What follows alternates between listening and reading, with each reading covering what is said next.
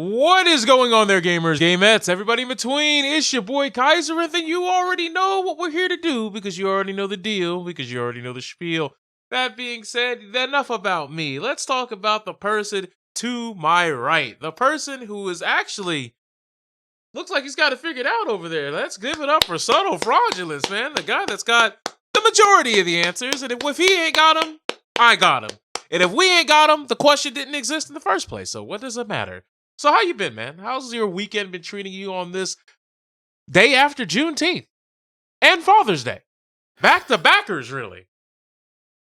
It's been pretty good. It's been pretty good. I got to go to a celebration party for my sister's graduation yesterday, so that was nice. Let's You know, go. barbecue on Juneteenth despite the rain, so that was really nice. It was nice to see the family and nice to have all the food. And now I'm home in my lovely abode on this bright aftermath of a rainy day type of day. Yeah, don't let that sun and ambient light fool you, ladies and gentlemen. It had been raining all day, and then as soon as we said, "Hey, let's just do the podcast impromptu tonight," sun said, "Ah," and that's how we got here. So exactly. it is what it is, ladies and gentlemen. But today we have quite the plethora of things to talk about. So we're gonna start off with all of the bad. Don't worry, the bad doesn't run that long. So let's just jump right into it. So I don't know about you guys. I mean, this may be before some of y'all's time. I know that sometimes we have a younger viewer base who may not have been around for the dark ages of Cartoon Network. They may not have been around for the bad times or the sick vibes that were known as the Whip Crack Show, aka Johnny Motherflippin' Test. Why is that being resurrected? Who was there? Was there a cornucopia of people like, "Hey, woohoo, yeah, dude, bring it back"? Was there like an outcry from a fan base that I didn't even know existed? Was there like some deep dark web internet forum that was like putting up satanic ritual services to bring back Johnny Test, bring back Johnny Test? Like, I'm just trying to figure out how did we jump through a series of hoops that led to the resurrection of a show that I thought was dead, buried, and forgotten about. A show that was more notoriously known for the whip crack sound effect than any of the characters, plot, art, or anything that you would have to correlate with a positive experience with an animated product. So, Subtle Fraudulent, what do you think? Why is Netflix doing this to us?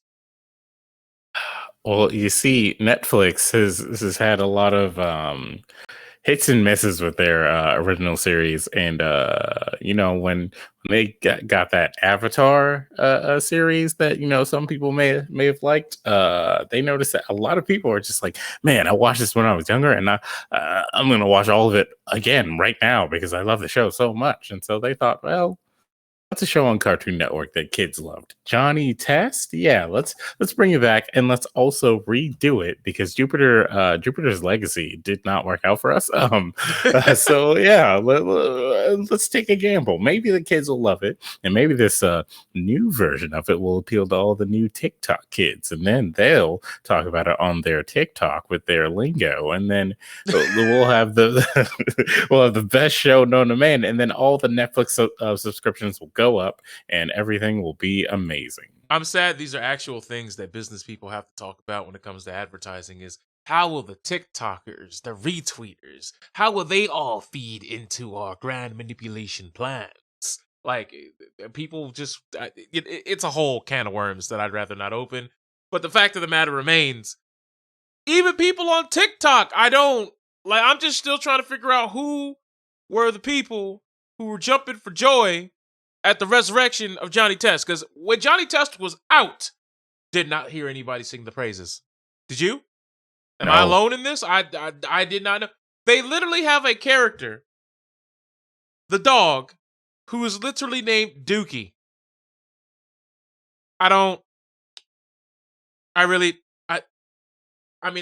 understand child show, lowbrow humor, but like, damn, bro. Damn, bro. That we starving like that? That's how we starve? That's how we living? Whoever living like that, down down infinite, dare I say. It's definitely a feels bad. But maybe not as bad as we think, because let's face it, folks, while Netflix has had definitely some hit and some uber miss shows, Twitch, what are we doing? I mean, I know we're on the platform right now as we're talking and shooting this podcast, hashtag Ride the Wave for the Clout.WAV podcast, but we're at a point now where I got to start scratching my head, because look, ASMR streams, fine. You want to soothe yourself with the noise and the stylings of office space, computer typings, background noise, fine. You need some raindrops to go to sleep to, all right, fine. You need somebody to pretend to be a librarian wearing pantyhose, all right, weird, but I'm not going to hate on the vibe. You do you, as long as everything else is up to snuff and up the code, 2 thumbs up for me. But we're at a point now where, like, people are shoving microphones up their hoo-ha and pretending to queef on it while wearing the ass enhancers known as the TikTok pants, trying to make that booty pop, or in some cases just putting they ass cheeks and clapping them together, having a twerk contest with themselves on stream, or wearing string bikinis, to the point to where it's like, all right, guys, like, we if you're gonna have rules on the website, enforce them. Otherwise, we end up on that slippery slope that I talked about, 10, 15 podcast episodes ago, where sure, you open the door for these things, but these things are right behind it in line. People thought I overreacted. People said, no one's going to be licking their mic. No one's going to be doing jerk off instruction. No one's going to be out here spreading the goo wop, making that thing clap. No, and most of these things have now come to pass. Now, once again, really ain't got nothing to do with me. I know the people who are watching these two gentlemen right here, not the same target audience or demographic with the people who are going to watch all that content over there. So I'm not saying that they're taking anybody's viewers. I'm not saying that they're robbing you blind. I'm just saying I've seen people banned for infinitely less,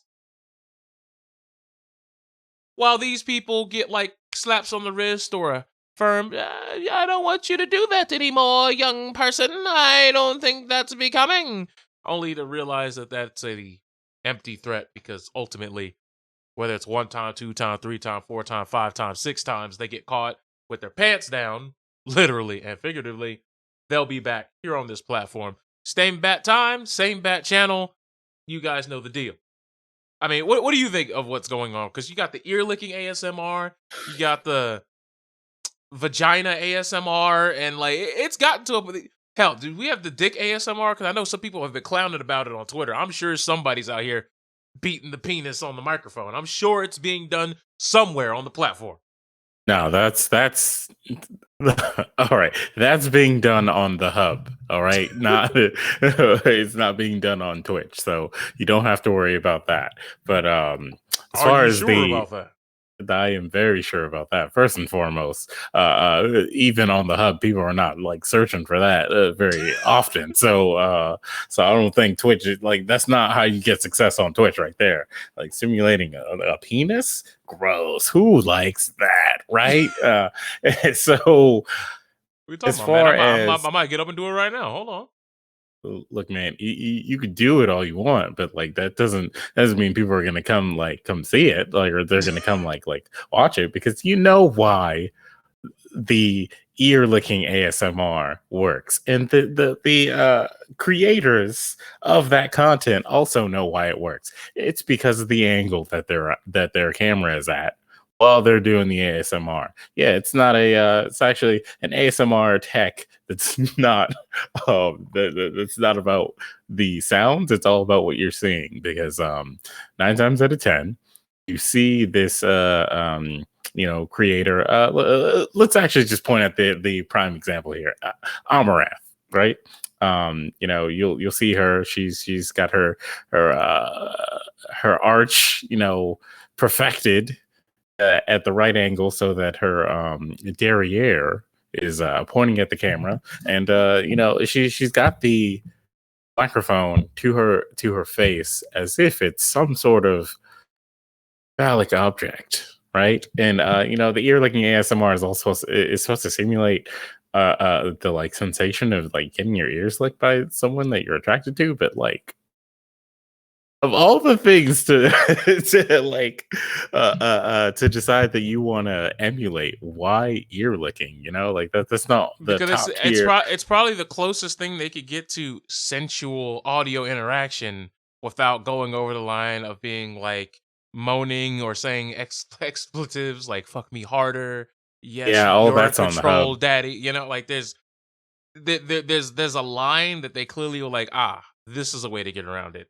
Ear licking ASMR. But once again, hey, look, I don't I, even think this is new, to be honest. it's not. There have been people who have been doing this weird licking thing for a while. There's been people On the hub. who've been But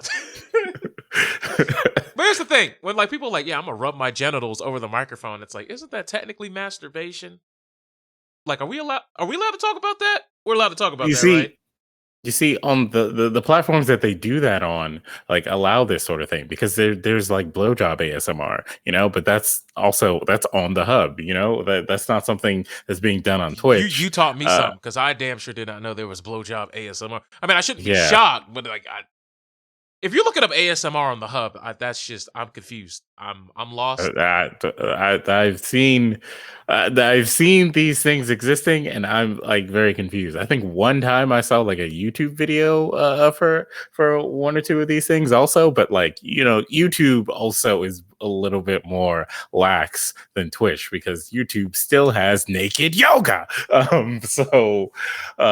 Yeah. There is a BJ ASMR, and there's like levels to it. There are like some who just into the mic. There are some who just straight up like take a sex toy and like do it. In that ASMR mic, so that you could only like hear it, but like they have a video of it, so you can see them, and it's like it's the I same guess some concept as people this also like need the visual stimuli. yeah, it's the same concept as the ear licking stuff where it's like ultimately you're expecting people to come to see the visuals, but there are some people who will be completely fine with just the sounds. But yeah, Twitch is so far not really doing much about this. I think the most I've heard is that they've removed ads from some of these more popular channels who are doing this, which I think that would be like Almarath, Indie Fox, and then a list of other streamers after that. But it's not going to stop them from doing it because I believe Indie Fox herself has tweeted that once this becomes like more of a problem, or like once it gets to a point where it's like, hey, you should stop doing this or whatever, then she'll stop. But as long as it's still allowed, as long as she's not getting like reprimanded or anything, then she's It's gonna like I keep doing said, it. they will usually make a lot of money through the donations, subs, Mm-hmm. OnlyFans, Mm-hmm. gifteds, whatever other supplementary income you can have when it comes to your Twitch and your streaming platform for content creation. We're at a point now where they'll make enough money to offset. Oh, I lost some advertisers. That's cool and all. Whatever. Most of my audience is using ad block any damn way. So whatever. I'll say this again because I have said this before.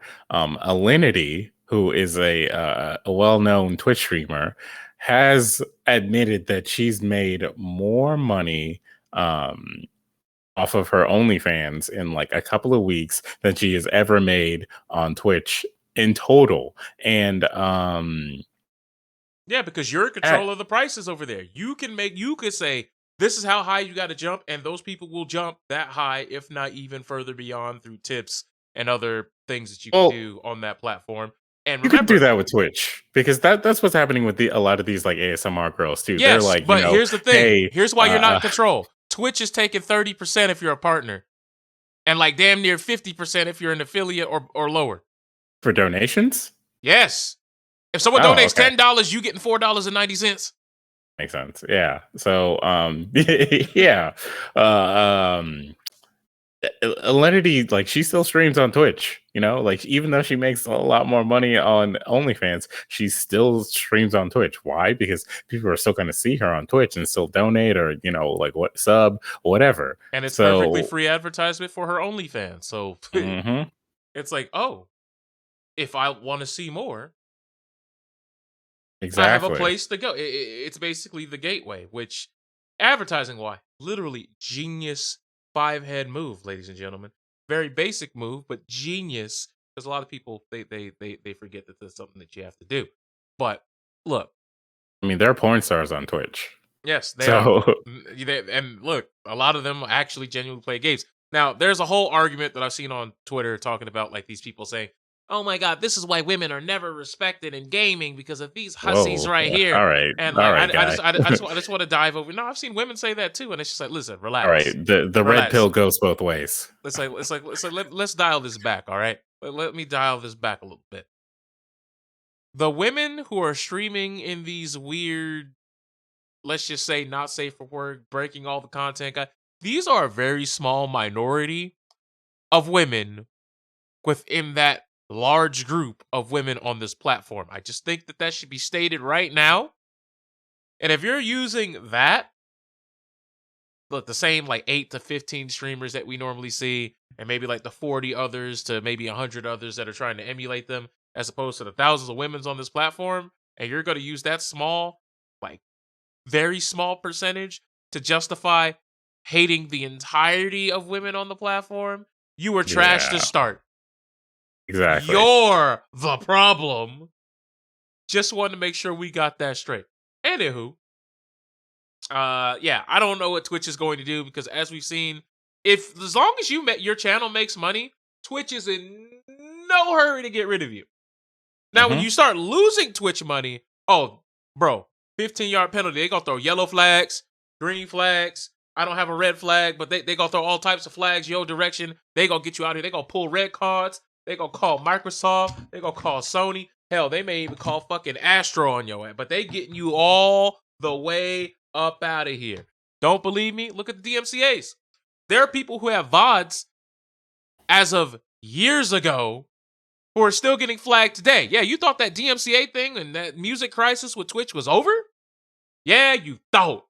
You That actually goes figgity thought. into, bringing up the DMCA's actually goes into another topic that we are going to get to soon, which is E3.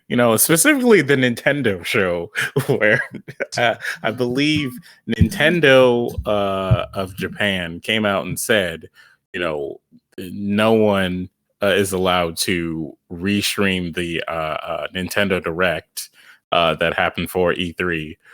No one is allowed to do it, and people were like, "Oh, no one is allowed to do it in Japan." And then I think it got cleared up as no one, period, is allowed to, and no one cared. Everyone was just like, "I'll do it anyways." Why? Because despite the fact that they said that mainly because they were like, "Yeah, we have no control over whether or not you get a DMCA claim."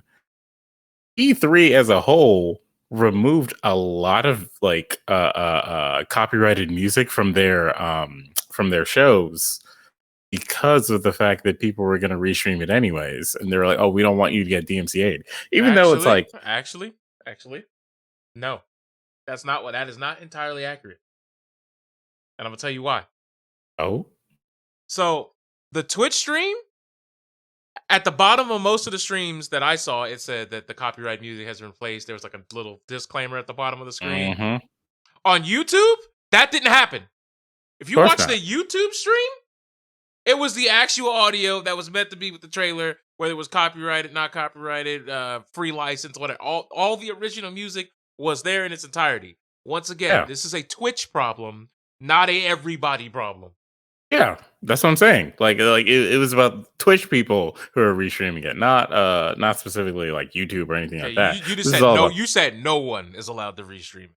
Oh yeah, I meant like no one on Twitch was Because allowed remember, to you can restream stream it. on YouTube now. So I You can just want to stream make on sure YouTube, that you sure. can.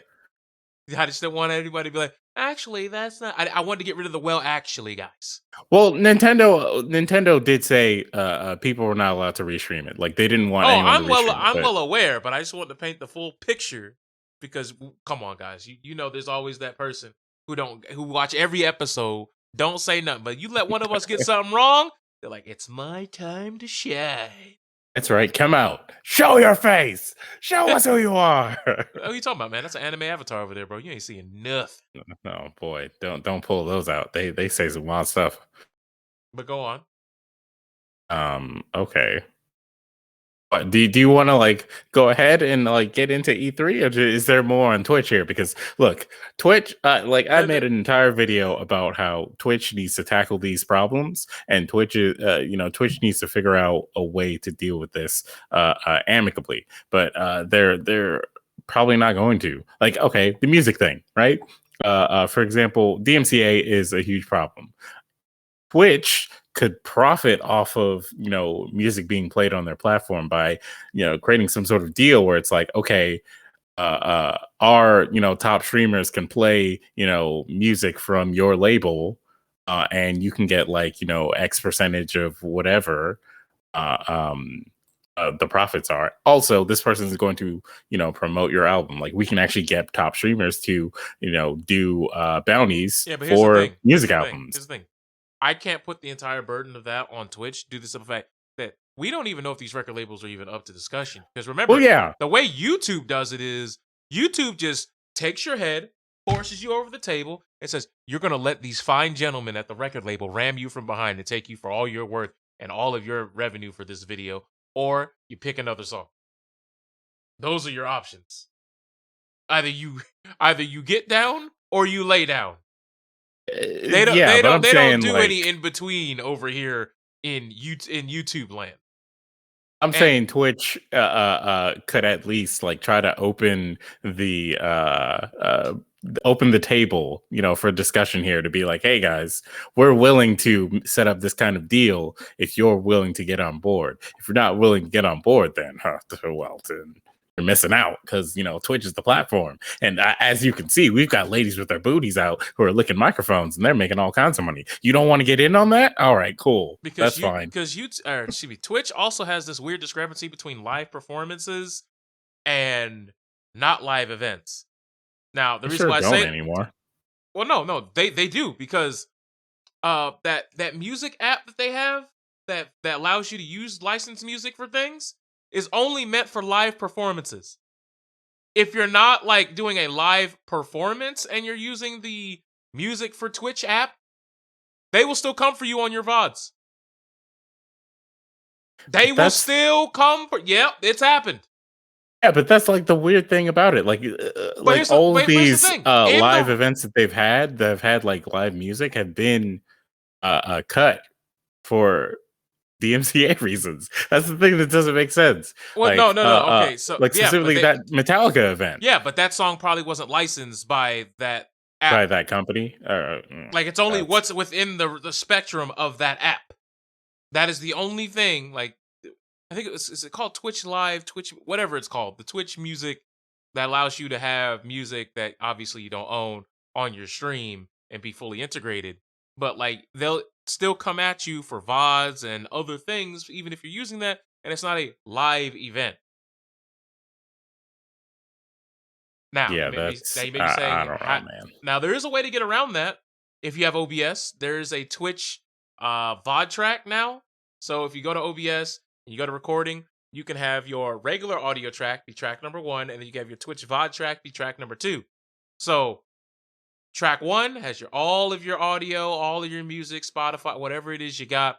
But then track 2, that one specifically is just your gameplay and your voice. So when the VOD's up, there is no music. What music? Can't get me for something that never happened.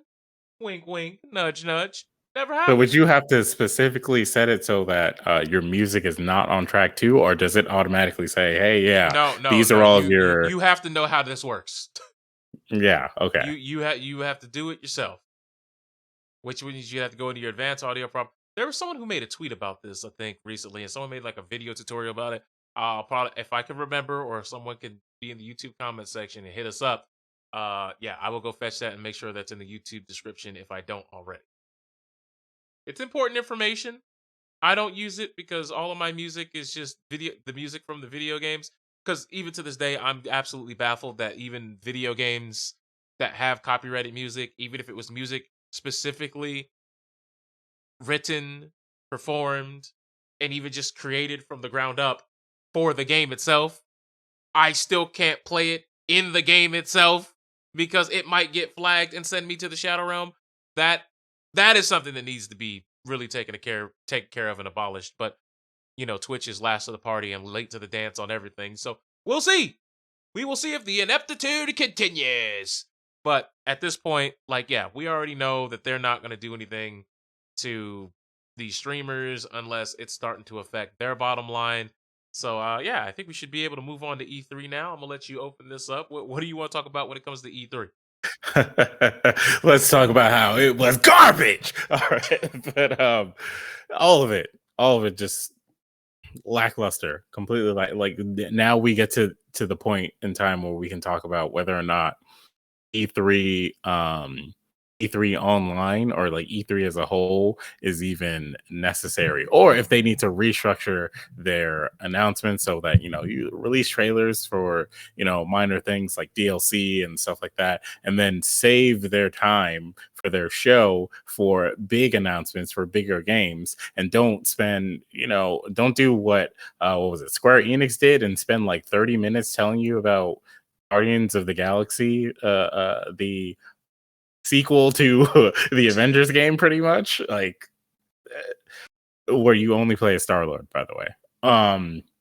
Yeah, so okay, I want to start off with the Capcom show, because I didn't expect Capcom to even like have much of a show, because I didn't think they had anything that they were gonna like really announce as anything big, and I was right there. They just kind of like re-announce things, what is it, Monster Hunter Stories, which I didn't know wasn't out already. They just had another trailer for it, and that's a little bit more Monster about Hunter like Stories is always like such a giant disconnect to me. Like, you take an yes, action grueling grind fest of battling monsters, analyzing strategies, coming up with new methods, optimizing builds, deep lore, deep gameplay, an actual, like, I don't want to say like challenging, because I feel like the word challenging has been thrown around way too much, but something that actually gets the blood pumping, gets the juices jumping, something where you actually have to go out of your way to try to, dare I say, the double G's, get good in order to persevere and triumph and beat fucking Fatalis and take a stupid ass evil eye. But that's a whole different conversation for a different day. But when you do all that and you have your moment of triumph, it feels good. And then you have like a turn-based RPG storytelling game, and it's like, is it I turn-based? I thought it was turn-based. I don't think it's turn-based. I thought it was like, so my thought process on the approach here was that it's baby Monster Hunter. Like, it's just Monster Hunter for like Fortnite kids, so that they could like get in on that, somehow, and like get these kids to like, play a game that will introduce them to the Monster Hunter like mythos, and then make them like, hey, oh, this one was kind of good. Oh, there's more. Oh, cool. Now I think I'll play Monster Hunter Rise, There's something like that. actually a game? So you're saying they're Exactly. using it as like the gateway in order to become a Monster Hunter. But like I Right. just don't know who's, I don't know. Maybe I'm wrong. I don't either. I just feel like I'm, I I'm don't telling you right now, I I just don't feel like either. there's a mass disconnect. Like, I'm like, who would be like, maybe I'm wrong. Maybe I'm wrong. If you are a big old head Monster Hunter fan and you've been Monster hunting for like generations, ha ha ha. Like, you let me know. Like, how do y'all feel about stories? Do y'all care? Do y'all not care? Are Monster y'all Hunter, hype? no. Do y'all like give a shit? Is stories just like, those are for the younglings now? Like, Are you talking about stories in video games in general, or just no, Monster no, Monster Hunter? Hunter stories, man. Okay, because Nah, man, nah, man. Of course, stories are just for the weak. Why you think Battlefield got rid of it? we'll get there. All right, we'll get there, because I still have to hunt down the gameplay trailer for that, because I don't recall Look, seeing no, one that no, was promised no, to me. no. There was definitely some gameplay stuff that went on there. That game looks actual fucking heat, by the way. But Well, it yeah, I have to hunt down the trailer that showed all that off, because the first trailer was introducing the characters and stuff as if it was a here's the thing. story, and It then was more than a trailer. Like, they were talking about the gameplay, how the maps work. You saw the like how the game plays. Like, they had a whole like gameplay exhibition. Like, you yeah, I missed definitely all of saw that. things under the hood. I'll tell you that right now. And the game looks really good. This looks like what everybody wanted out of a modern Battlefield title. So I'm really excited that those people got it. as you all know. I think before, like, all the lobbies capped at 64, which is still a mondo-sized team battle that allows you to facilitate different situations that are not common or possible in 99% of other shooters out there on the market. Now they're deciding, you know what, fuck it, we'll double down and double dip and double up. And now it's 128 players in the lobby. So there's like helicopters, tanks, Humvees all going at each other, people jumping out with gliders, people out here blowing up fully destructible buildings and cities. And like everything that you know about Battlefield, they've either doubled it, tripled it, or put an exponent at the top of it to make sure that you know that this is the most Battlefield's ever been. And to be honest, I am more than just a little bit excited. Like, don't get me wrong, I don't think I've played a Battlefield since 3. I own 3, played 4 with a couple of homies over at their house. Never played, what was it, Hardline? I didn't play that one. I didn't play Battlefield 1, even though there was a whole bunch of controversy about that game, which I don't even think was warranted, but there was controversy about it nonetheless. And then, yeah, I think this is the one where I'm going to plunker down my money, and I will see you guys when it drops. Unfortunately, there's too many shooters coming out. Like Halo Infinite's coming out, and look, man, y'all already know how I feel about Halos 4 and 5. I think that they are drizzling butt juice. I feel as though they are the cheese of the penis, the dick cheese, and yeah. Somehow they So made Halo Infinite look like a game that I definitely need to get my hands on. so real quick, back to Capcom. Monster Hunter Stories DLC for Monster Hunter Rise. Hmm. Like there's one more thing before the most disappointing part that I'm like leaving out, but it was like a nothing burger that Capcom did. But yeah, Man, so y'all really thought y'all were getting more vs. Capcom 4. That was the thing that's look, tripping man, me out. I understand where I stand in life. All right. I know Marvel vs. Capcom 4 will be leaked before there's a real announcement. And it will be a leak that is officially like Disney is on board, ladies and gentlemen. And that's when we will all know to watch the Capcom conference or Capcom, whatever is going to happen, which is probably going to be like the Tokyo, show or whatever. Where they announce the game. So until I get that concrete evidence, I will never believe that Marvel vs. Capcom 4 will ever bless our eyes, before I leave this earth. All right. So, yeah. So the disappointing thing about the show actually was that they were like, yeah, we're going to give you some fighting game, stuff right here in this section. And it was Street Fighter 5. And they were like, Capcom Pro Tour is happening, and so is Street Fighter League, and all these other in the Olympics. All these tournaments that are happening right now that you more than likely already know about if you've been following like the Street Fighter, Well, here's the competitive thing. scene. Aren't all of those advertised in games if you don't have like the premium version of Championship Yes, Edition? no, they're advertising game if you have any version of the game. Oh, you can't remove the adverts. No, I'm sorry, brother. it shows up like in between matches, legitimately. Is there an option to even turn it off? Not to my knowledge. Damn, bro.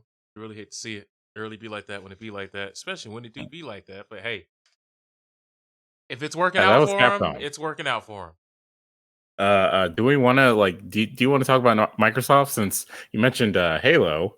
All right, Microsoft was so this thing okay. about Microsoft, they also have Bethesda because the big buyout there, Yeah. and they showed a lot of things, most of which I didn't care about, but I did see Microsoft's Flight Simulator, and if anybody just wants a casual, chill, relaxation, fly across the world, because that map is the world. Like I don't think that can be stated enough. The map is Earth. Like I don't mean like you could go to places of interest. I mean, if you want to see all of New York, the entire geographic region of New York, from the city all the way down the bridge, you want to go all the way down past that to Pennsylvania, you could do it. You want to take a world road trip, you want to start off in fucking New Bonnie and then you want to go all the way to Elios like you're playing Overwatch, you can do that. You want to go from New York to LA, but you don't want to play a garbage game like The Crew? You can do that. Yes, I'm still mad about the crew this many Yeah, years that later. hurt you. I am That not. game hurt Yes, you. it sure fuck it did. Didn't even play the sequel, but nah, bro. There Nah, was a bro. sequel. Oh, Yeah, there was the oh, crew. There was two sequels. what? There was the crew 2, and then it was like the crew like Wild Fury or like some off-road game. That might have been DLC, but it was definitely it got its own name. It was like the crew Wild Run or something like that. Don't make me go look it That up, man. I don't want to do yeah, that. that sounds vaguely familiar, but like I'll look that up on my own time because that wow, that sounds terrible. Yeah. Geez. Anyways, Halo Infinite go crazy, right? Yeah. Halo Infinite is going to be free to play multiplayer. So if you want the campaign, you could just buy the campaign. If you don't want it, you can play the free to play version and pay money to get whatever, add-ons they're probably going to add to it. So But Halo Infinite Warzone? here's the thing. Here's the thing that I don't understand, right? So, well, I won't say that I don't understand. I will just say it has always boggled my mind. Now with Halo 5, they're giving away a reward for Halo 5 players who reach max rank, Spartan rank 152 in Halo Infinite. Now, usually this will probably be like a cosmetic item, like like a special helmet, or maybe it'll be like just an icon and a banner set. Maybe it's animated, who knows?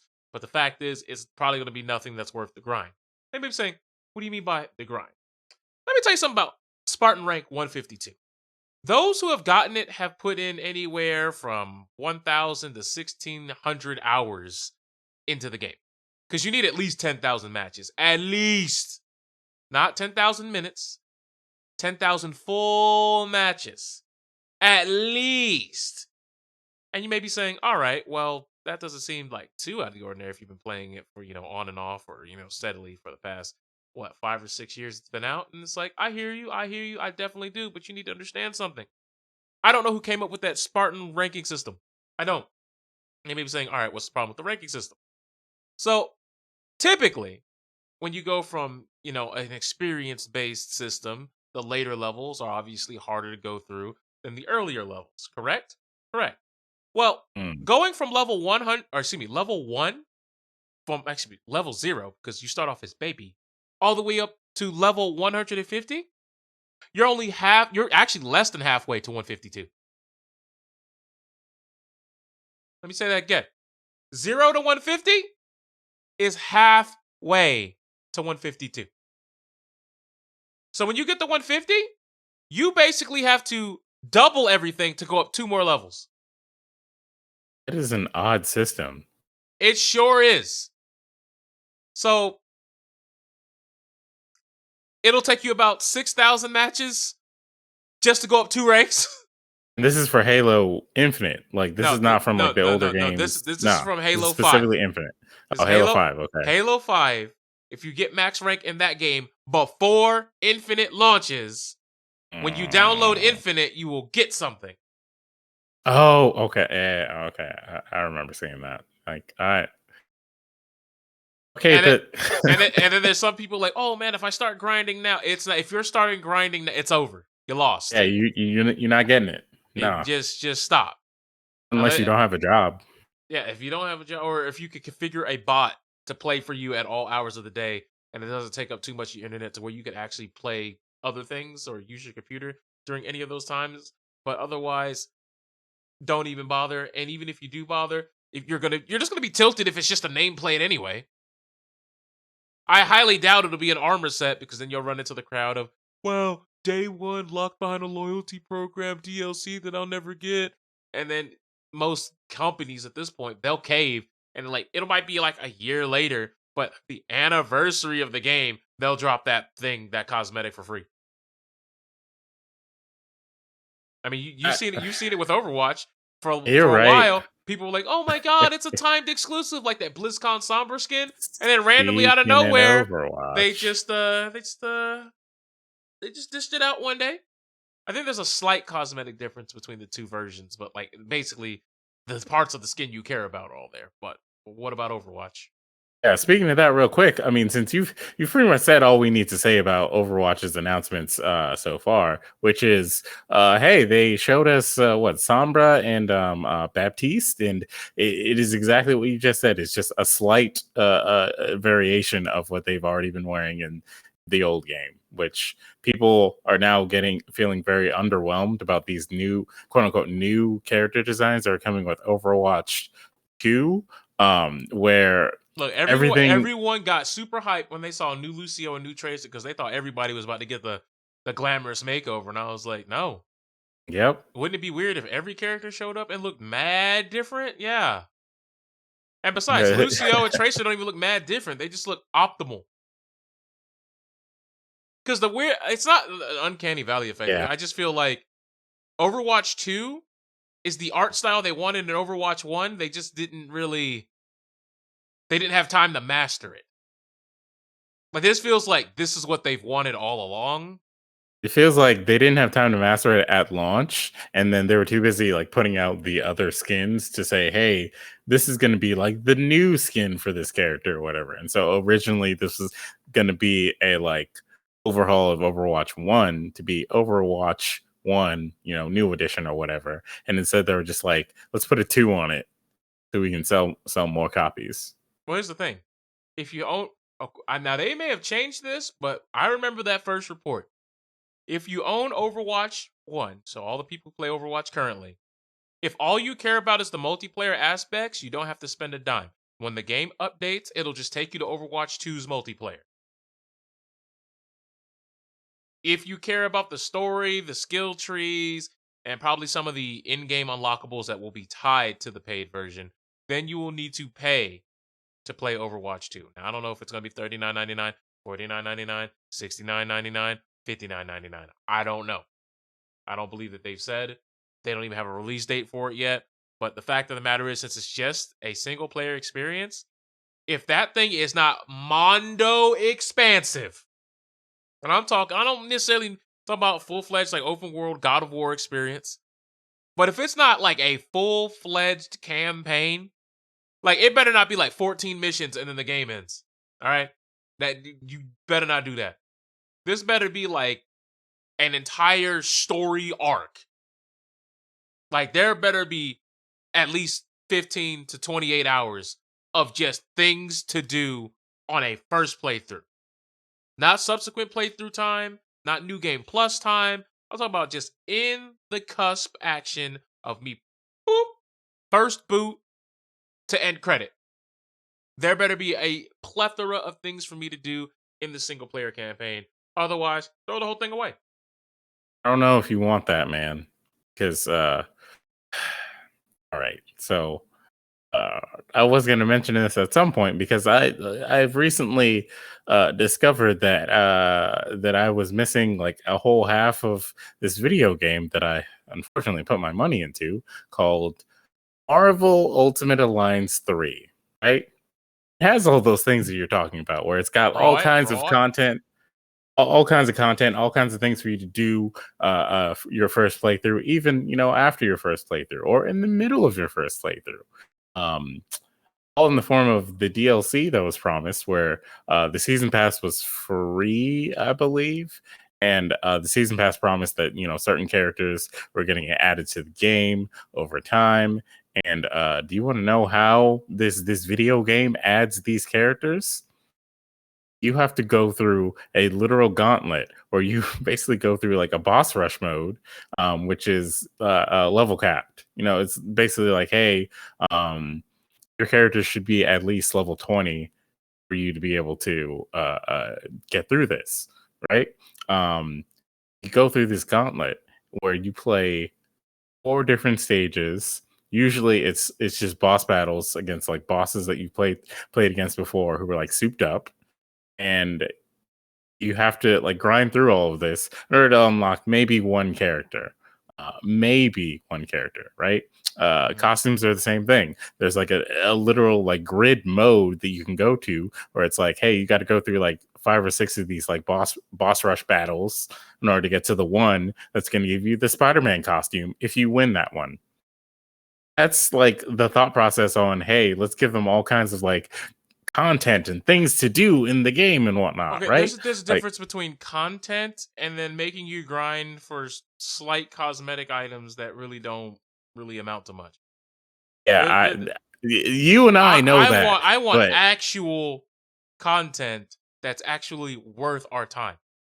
Like I don't want the whole yeah, you could just play the same thing over and over and over again and hope you just get the drop. Like no, that's don't get me wrong. There are games that have their place for that. Overwatch, not one of them. you and I know that.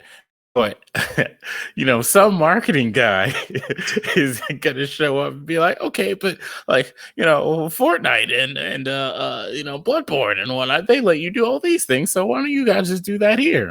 And then having to explain, hey, this is a different video game. They're like, no, video games are the same. They make money, right? Money. Just do Overwatch the money Battle thing. Royale. Is that Overwatch what you Battle want? That's coming. It's probably coming. Nah, Uh, man, please no. I'm right there with you, but I don't want to see 6 Reinhardts drop out the drop shit, bro. oh my god! 20 And then you can tracers pick up who like perks and yeah, pick 20 up Reinhardt tracers who think shields they're as a good. thing, and oh god, Yeah, you get a gold shield, so now Reinhardt shield has 2,000 damage it can absorb as opposed to like 1,200. Like, is that nah, man, let's not do that. Tracer gets 5 blinks. Is that nah, man, please no. Tracer yeah, running around with 300 HP because she got the overshield. Nah, man. I'm giving myself PTSD about something that don't even exist. I'm not a prisoner in my own mind, I swear. you're right. But like once again, it could happen. It could happen. Another spot of since we were talking about Microsoft a little bit earlier, Microsoft's Xbox Design Lab returns for the Xbox Series X custom controllers. So what does that mean? Any of you that wanted a custom controller but you didn't want to pay $179 or $200 or $300 to get someone to just pick, a slightly different color palette with your engraving on it, you can get an engraving, custom colors, custom button colors, and it'll cost you $79.99. And if you get rid of the engraving, you can just get your custom color controller for the same price as a standard Xbox Series X controller right now on their website. So they did this once, and I think it lasted for a couple of months and it went away. So if you guys are looking for a Series X controller that's customized and is made first party in-house, now is your time to do it. Yeah, you can buy it so that you can play Starfield, announced at E3. Look, man, you don't have to go there. You don't. Let us Look, be positive, sir. look. The Starfield discourse doesn't make sense to me. There are people who are angry that Xbox has an actual exclusive game, even though one of the main reasons people are like, you don't need to buy an Xbox One, you don't need to buy an Xbox Series X, is because they don't have exclusives. But here's the So, thing. Everybody and their grandmother was okay with dunking on them when they didn't have exclusives. mhm. Now that they have exclusives, all of a sudden they're dunking on them again, and it's like, hey yo, I know the last console generation wasn't kind to the Xbox fans, but just because they finally got something does not mean that like y'all get to continue to dunk on them because Microsoft decided to turn their franchise around. Because I watched the Microsoft conference, they're turning this Mhm. franchise around. Xbox Game Pass continues to prove to be the best deal in gaming. Why? Because a lot of those indie titles that are coming out, like Knockout City, free off launch. Yep. A lot of those games are just able to be played. That's Halo, because Knockout City is an EA game. exactly, and they got the connects. Microsoft is allowed to talk to people, and they'll get games from high-profile AAA developers on their Game Pass for free. Well, that's If a thing that we I don't think we ever talked about. Game Pass actually acquired basically everything you get on the EA subscription service, the and EA Pass or whatever, yeah, and Rare Replay was like already a part of Game Pass, but there was like another subscription service that was like Xbox exclusive that merged with Game Pass. So like all of them, like all titles that you had from all those subscription services are now just in Game Pass. So if you get Game Pass, you have access to all of it at once, and you don't have to worry about the other shit. there's even games like I believe like The Surge 2 like is on there. Like if there's games that Yeah. like you thought were interesting and you were just like, I don't know. I'm telling you, plunker down the Game Pass. and now you have access to. I must keep it safe and say hundreds of titles. I know it's probably thousands, but I'm gonna just keep it safe and say there are hundreds of titles with your name on it. It's hundreds right now. I don't think it's hit that 1,000 mark yet, but close. Oh, also Outer Wilds is on Game Pass. So if you've seen the announcement of Outer Wilds 2 and you're interested in the first one, Game Pass. Simple as that. That's how I played the first one. Does anyone have a count? Does anyone have a count of games? On what, Game Pass? Yeah. All right, console games 381 results, PC games 200. So okay, they got about what 650. Yeah. I mean that's not bad. 650 is still a lot of games, Yeah, especially there's still a lot of games. especially for those of us who may have missed out on some things. Like the fact that you could play Fusion Frenzy right now is hilarious to me. I just want y'all to know that. I know that was before a lot of y'all who may be watching's time. But if y'all like Mario Party, I'm telling you right now, go for it. Bro, they even got Guacamelee on here. Like, why don't you have this yet? Yeah, the Yakuza remaster collection is on there. So now I think every single Yakuza game ever existed, every official Yakuza series Yakuza game is on Game Pass from 0 all the way to 7 on Game Pass because 7 recently got re-added to Game Pass. Yep. And there's a couple of new games that are going to be dropping as well, like Psychonauts 2, which apparently is coming out in August. I don't know how they did it. They just kind of pulled that out of their butt cheeks somehow. But yeah, apparently we're getting that game in August, so that's a thing. Although I do think it's funny that people are upset about how that went down. But I mean, I told y'all that well before we even started doing the podcast that when I saw that man got up in front of us and said, well, we don't really have the money to fund it, but we don't want to use Kickstarter. Use our own Kickstarter service where you're an investor. I said, nah, this sounds like trap. Of course Sounds it like is. trap to me. So I'm gonna just let y'all do that. And people once again donated a bunch of money. They started working on it, and they're like, yeah, so we're not gonna have boss battles because there's a lot of things that we have to cut because we don't have enough money. And then at the 11th hour, just like Sony had slipped in there to save Shenmue, Microsoft came in there to do the same thing to Psychonauts 2, and that's where we are with it right now. And then they didn't talk about the game's existence forever. And then they said, see you in 2 months. And it's like, hello? Exactly. But hey, if you're a diehard Psychonauts fan, you're gonna play it. There's no lie detected there. Let me tell you that. Um, There's no lie detected there. Last thing about any games announced at E3, by the way, Square Enix told you all about how we've got to kill chaos. That's right, we've got to take out chaos once and for all. No, you're talking about Sonic did that back in 1999, man. Did you play Sonic Adventure? All right, man. I knew this was coming. So Final Fantasy 1 is being like remade again as a Souls game. As a a Ninja Gaiden Souls game, Neo game. As Neo. Yeah. So okay, was it Strangers in Paradise? I believe it's called Final Fantasy Origins. Was announced for PS5. The demo is on PS5, and through the demo, people have now seen that it's pretty much Neo, the Final Fantasy game, and that has its good aspects to it, but they're like literal assets pulled directly out of Neo that are put in this game.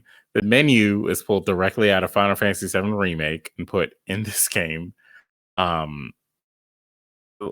It seems like it's very early, and they do have time before the final game comes out. I'm not even gonna touch the story, man. Like what? What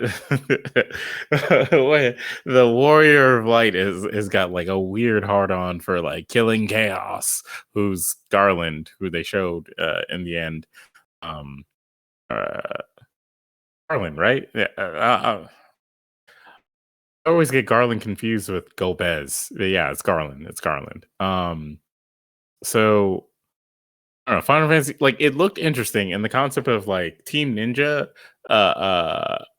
being a part of this made me a little bit hyped because it seemed like the combat would be, pretty good. From what I've seen, it looks decent, but I think it needs a little bit more oomph, to it. And you mentioned Ninja Gaiden. Ninja Gaiden Collection came out. Is it Still any no good? word. I mean, as long as you're not getting it on PC, it's good because it's Ninja Gaiden Sigma 1, Sigma 2, and Razor's Edge for 3, which are like Razor's Edge is the good version of 3, or the decent version of 3, I guess.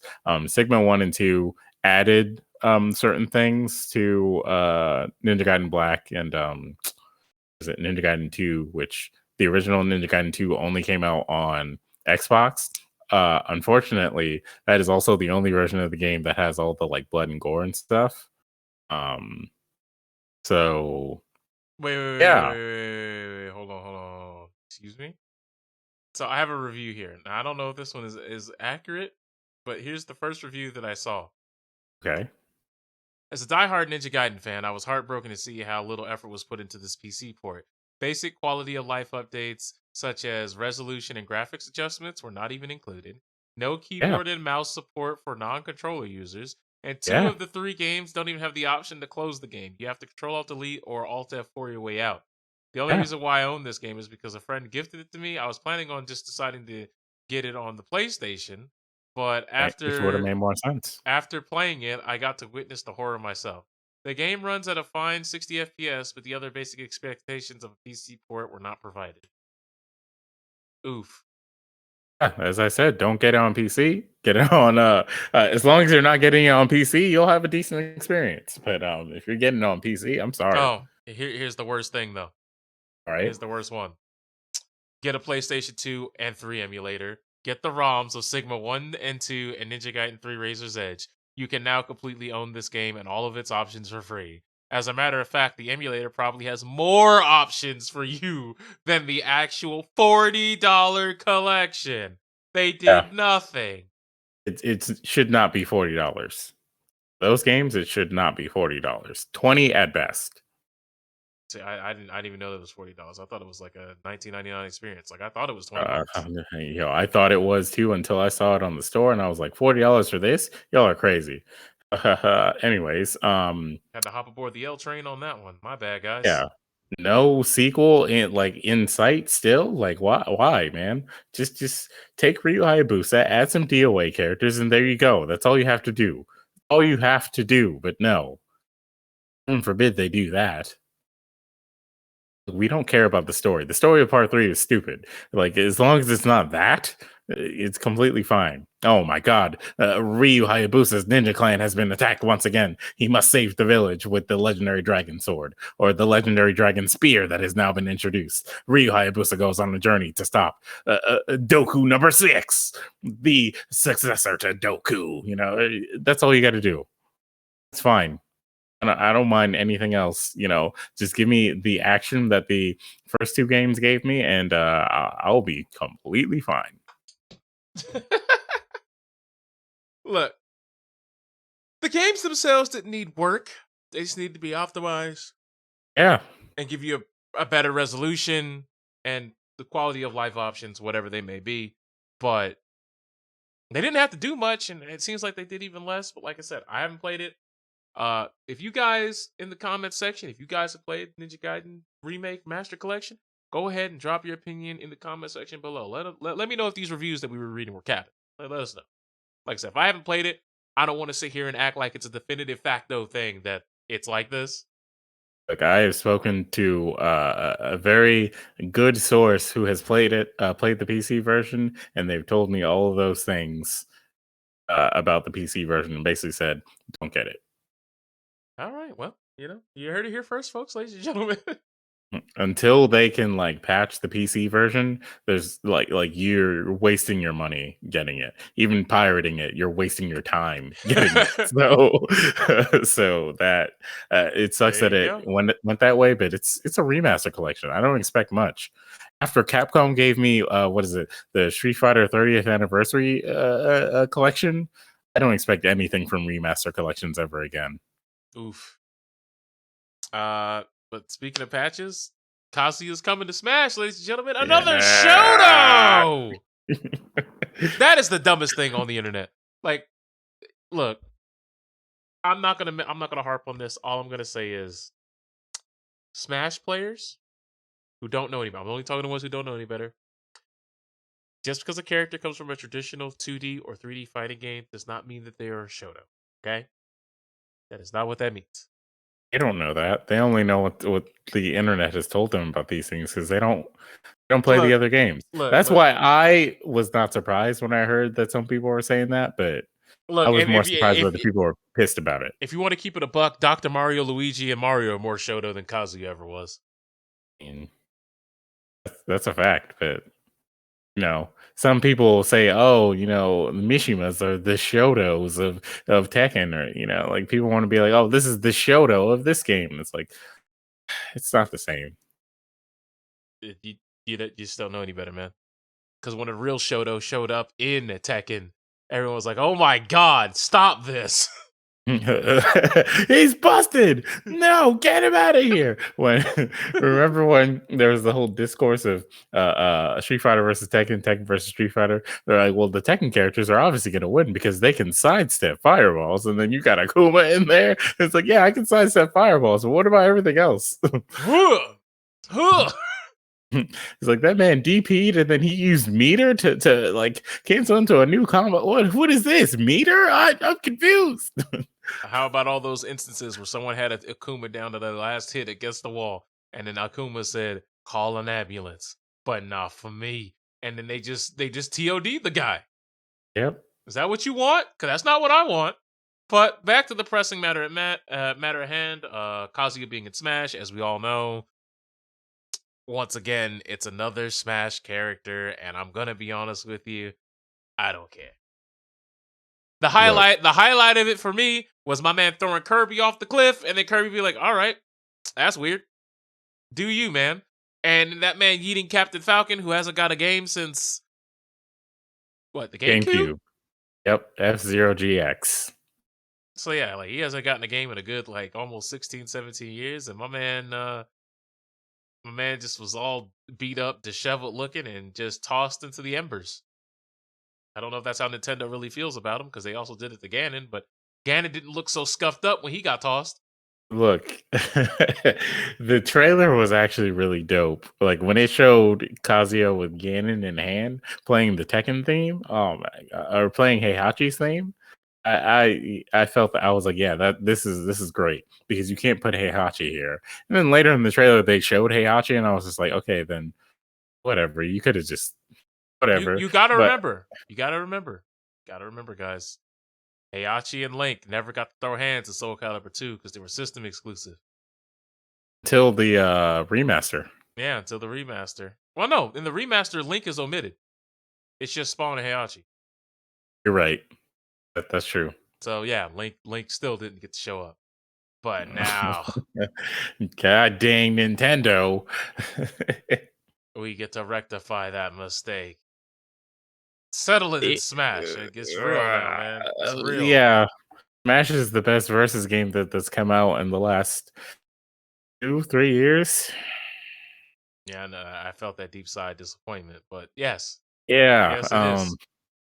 Look, at this point, they've collected almost all the fighting Infinity Stones. The only thing they're missing now is Scorpion and Sub-Zero from Mortal Kombat, and what?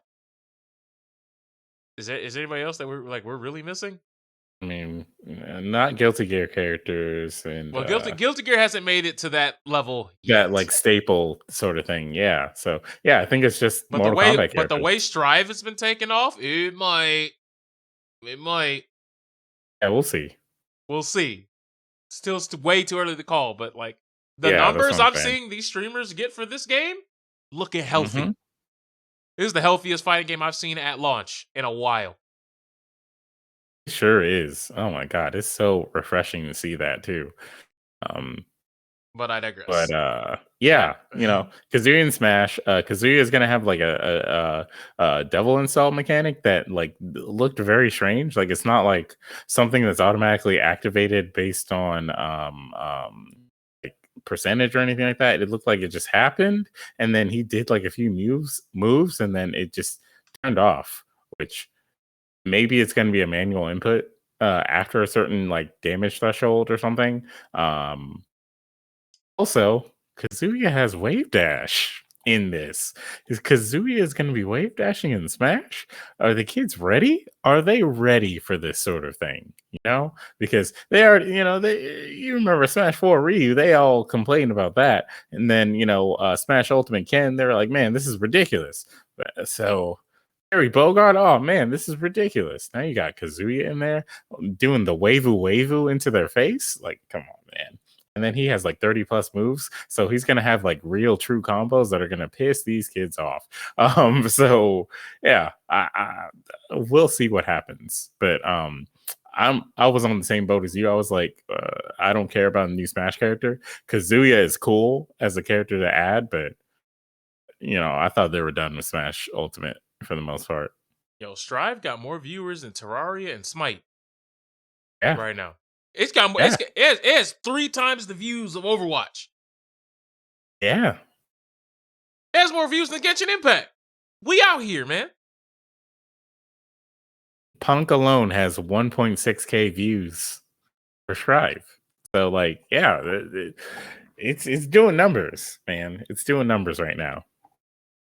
There's some Rubius has 27,000 views playing Strive.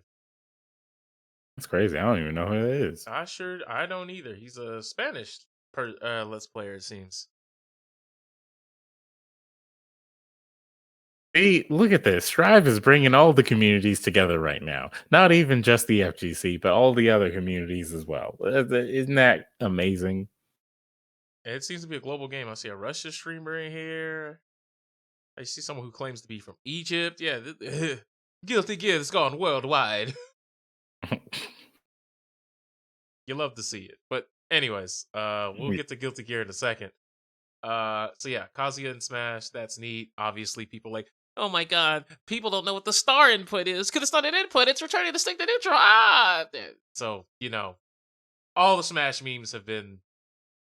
I feel like every time a new traditional fighting game character comes out, like it's just time to pick on Smash. But at the same time, I feel like Smash might be the most fighting game of us all at this point.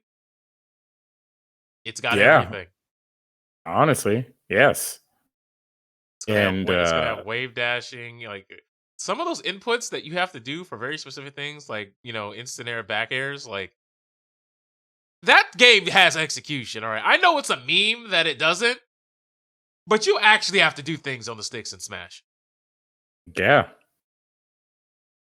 It's just not like a directional execution like your traditional fighting game No, it's for more like anyone other than like certain characters. it's more like getting certain hitboxes in certain areas of the screen to lock down your opponent and limit their options or punish their options that they're trying to use to do the same to you.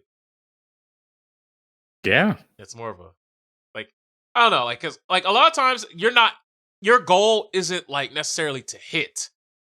Sometimes like you'll just see Sephiroth out there throwing out the sword, like this is my space. Do not come into my space. And then you just have to be really good at hit confirming because that game is where all the stray hits happen. Yeah. Honestly, you're right.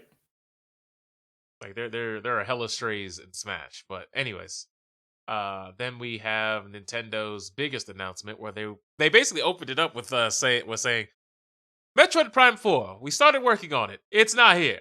No way. Nope. We don't have it. Oh, But is real quick.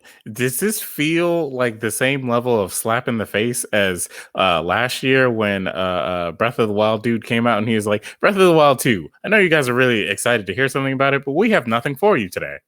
no, because they actually gave us a game. Yeah, okay. Y'all walked away with shit. That was my whole thing where it's like yeah, we're making it, but we don't have anything to show you. And they pretty much did the same thing with Metroid, but this time they were like, we have a different game to show you though.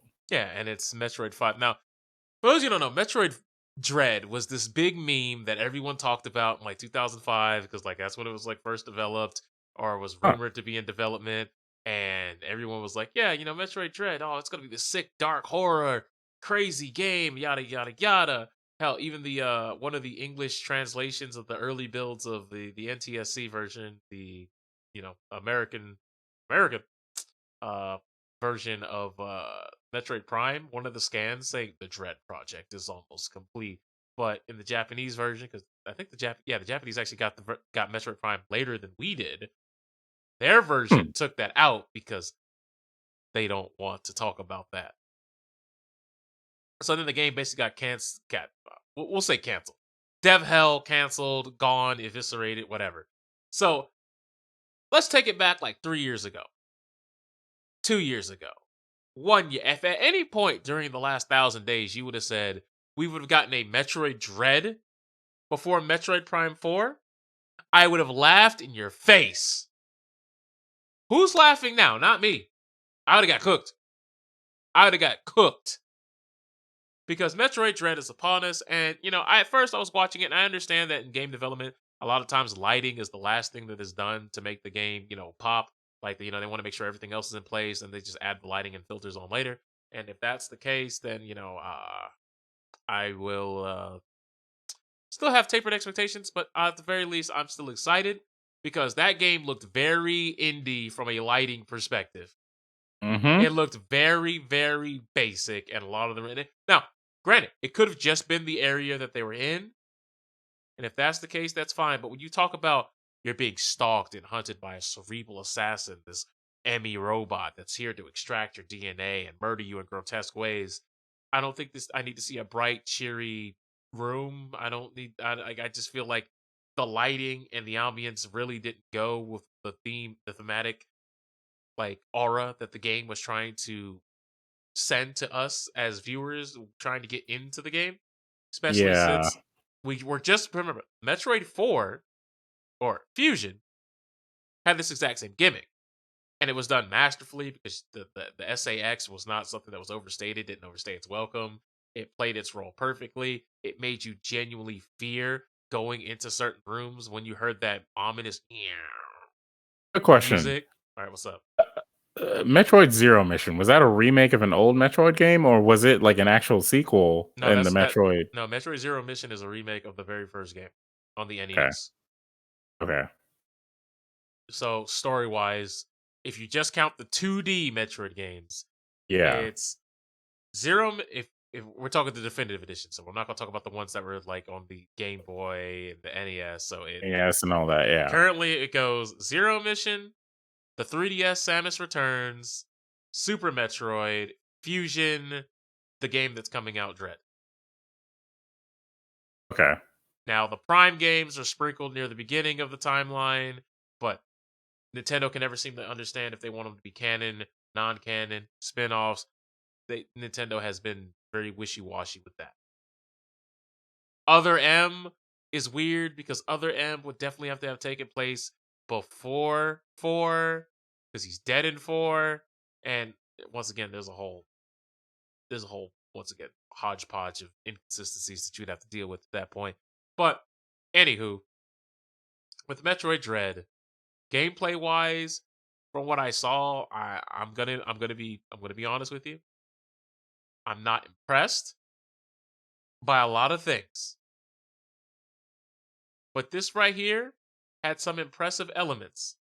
Now, I'm still gonna be pessimistic on this just because of who it's developed by. It's developed by the same people who made Samus Returns, a game that y'all know that I adamantly did not like. Yeah. And I see a lot of their design elements creep back into Dread. But it's also not a remake of Metroid 2, which I believe in and of itself is a very hard game to work with. Because a lot of you may not know, Metroid 2, from a gameplay design, is just find these 72 Metroids hiding around the planet and kill them, and then go to this area and leave. In a nutshell. As you progressively just get stronger. There's no big looming threat in the background. There's no there's nothing that you're really expecting to build up towards. it's kind of busy work for like a handful of hours.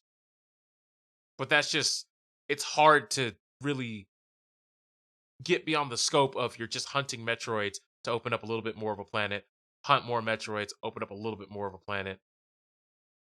It's not like in Zero Mission where there's clearly things like, oh, there's a Ridley, there's a crate, you have to build up these things and you're exploring the planet at your leisure. You're not forced necessarily to fight 72 of these things just flying around the planet when, some of them are like alpha and gammas that are like very insignificant. So, yeah, Metroid 2 is a tough spot.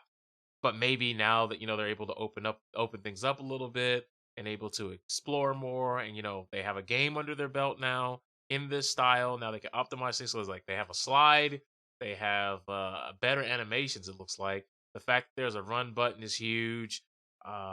Wall jumping looks like it could be like very crisp. Now, I don't know if it's the traditional Metroid wall jump where if you're jumping off a right wall to go left, you have to press left as you touch the wall and then jump, or if this is going to be like the Mega Man X, hold right on the wall and then just mash jump, and then you'll eventually get in when you're in the air. Hold left to the direction you want to go. I don't know if they're going to have single side wall jumps where you can wall climb off one wall like you can in Super Metroid, because for whatever reason, Nintendo is afraid to make a Metroid game like Super Metroid, because ever since I think Zero Mission, they do not want you having single wall jump. They got rid of that shit. They do not want you sequence breaking their games. And I'm assuming it's because they don't trust. Well, okay, I won't say they don't trust their development. I'll say they don't want to worry about you getting yourself in a situation where you could be soft locked.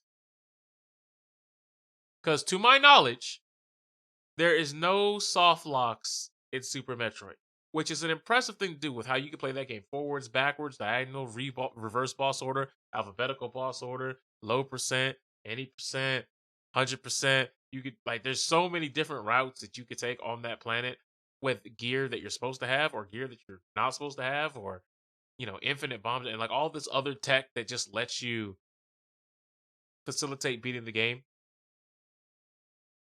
There's no technical soft locks, and I think that's very impressive. And as we've seen with games today, there are linear games that have soft locks. Now, I'm sure it's much easier to be able to map things out when you're working with a two-dimensional plane as opposed to a, one with 3D, a Z-axis, because I don't know if you guys have seen the speed run for Samus Returns on 3DS, but there is like a small little, I don't want to call it the Z-axis thing, but if you freeze an enemy in a certain spot and you roll back and forth in Spider Ball mode, sometimes you clip through the wall and fall through the map, and then you can manipulate your X position to spawn in a new room. So much so that you don't even have to fight the Queen Metroid. You just activate the cutscene where Ridley shows up when you fall through the wall. Yeah. Yeah. Could something like that exist in this game? You bet your No. sweet bippy. No, they won't allow it. They don't want that, man. They don't want your speedrunners to make the game so busted. I mean, you would say that about the 3DS one, but here they are. But once again, I know that the stream quality wasn't necessarily the best, but the game looked very, very, very 3DS-y on that screen. Like I don't know if it It was like did. the graphic settings, but like it didn't look like a Switch game. That's a lot to say, honestly, too, with with how certain games run on how games run on the Switch. Like that's saying a lot to be like this doesn't even look like a Switch game. Like And it looks like it looks like they remastered a 3DS game and just ported it to the Switch. I feel like that could be a likely scenario for how this game got put out in the first place, because they got to a point where it was like, we need to release something because we don't have news on Prime. Unfortunately, they still don't have news on Prime 4. So they're like, hey, why don't we take this old project that we were going to put on the 3DS and then just didn't, and then kind of brush it up a little bit and put it on the Switch because we can do that. Oof. The I sad feel part like is that, I could like, see it, but like, look, yeah, here's my main concern with Dread. Okay, Metroid 4. Yes, it was 19 years ago when we got Metroid Fusion, but it's still the last canonical 2D Metroid game that we had made by Nintendo, as far as main series, right? right. And that whole game's experience was you're being traced by an unknown entity and you're vulnerable.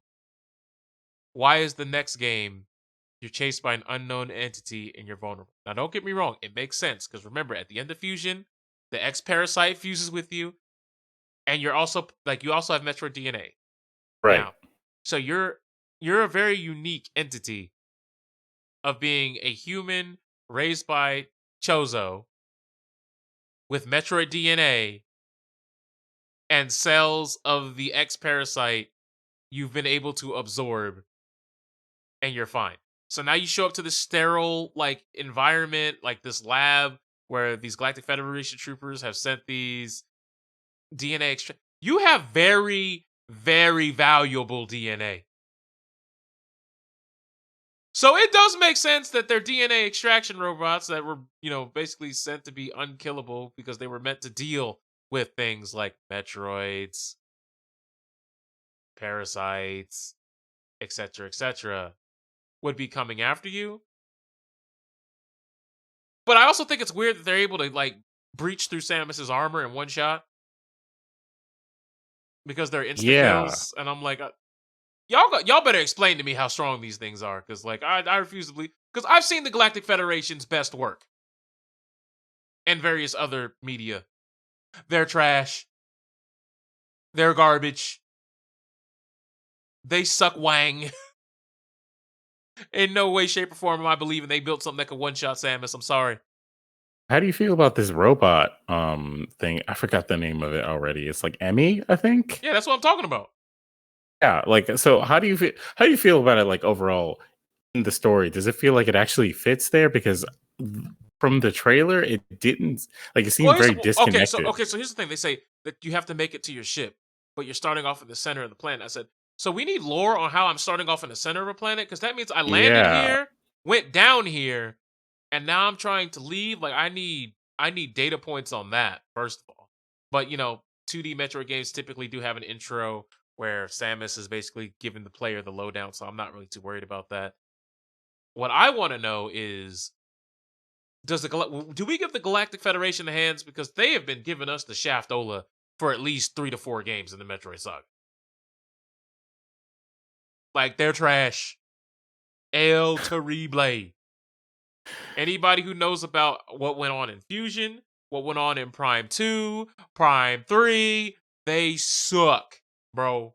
They have never been helpful, good, smart at all. They make nothing but mistakes. If you want to talk about other M, they are literally the worst of the worst. Honestly, their ineptitude is only eclipsed by their stupidity. I don't even know why they call themselves the Galactic Federation, because I'm convinced that no one on that staff knows how to spell either of those words. I need to speak with a clear voice when I say these things.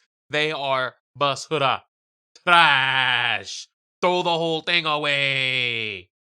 The Federation is El Terrible.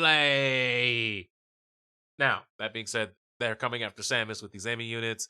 So I don't know if like we're in a lab and the Emmy units have just gone rogue because they detect the Metroid DNA, or if the Galactic Federation has sent them after us because they no longer care about Samus the person. They care more about making those Metroid clones that they've been trying to make for 3.5 games now. So we will see what happens when that game launches in October. Like, the game is very close. It's 4 months away. And like we were hoping that would be like a Prime 4 thing, but they still have no data on that. So that game's probably not coming out until 2024. But fingers crossed. But yeah, Metroid Dread. It's a thing, kind of, and there's some interesting things in it.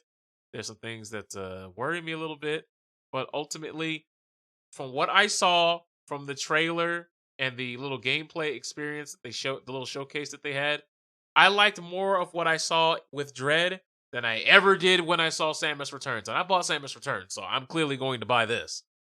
Let's not get it twisted.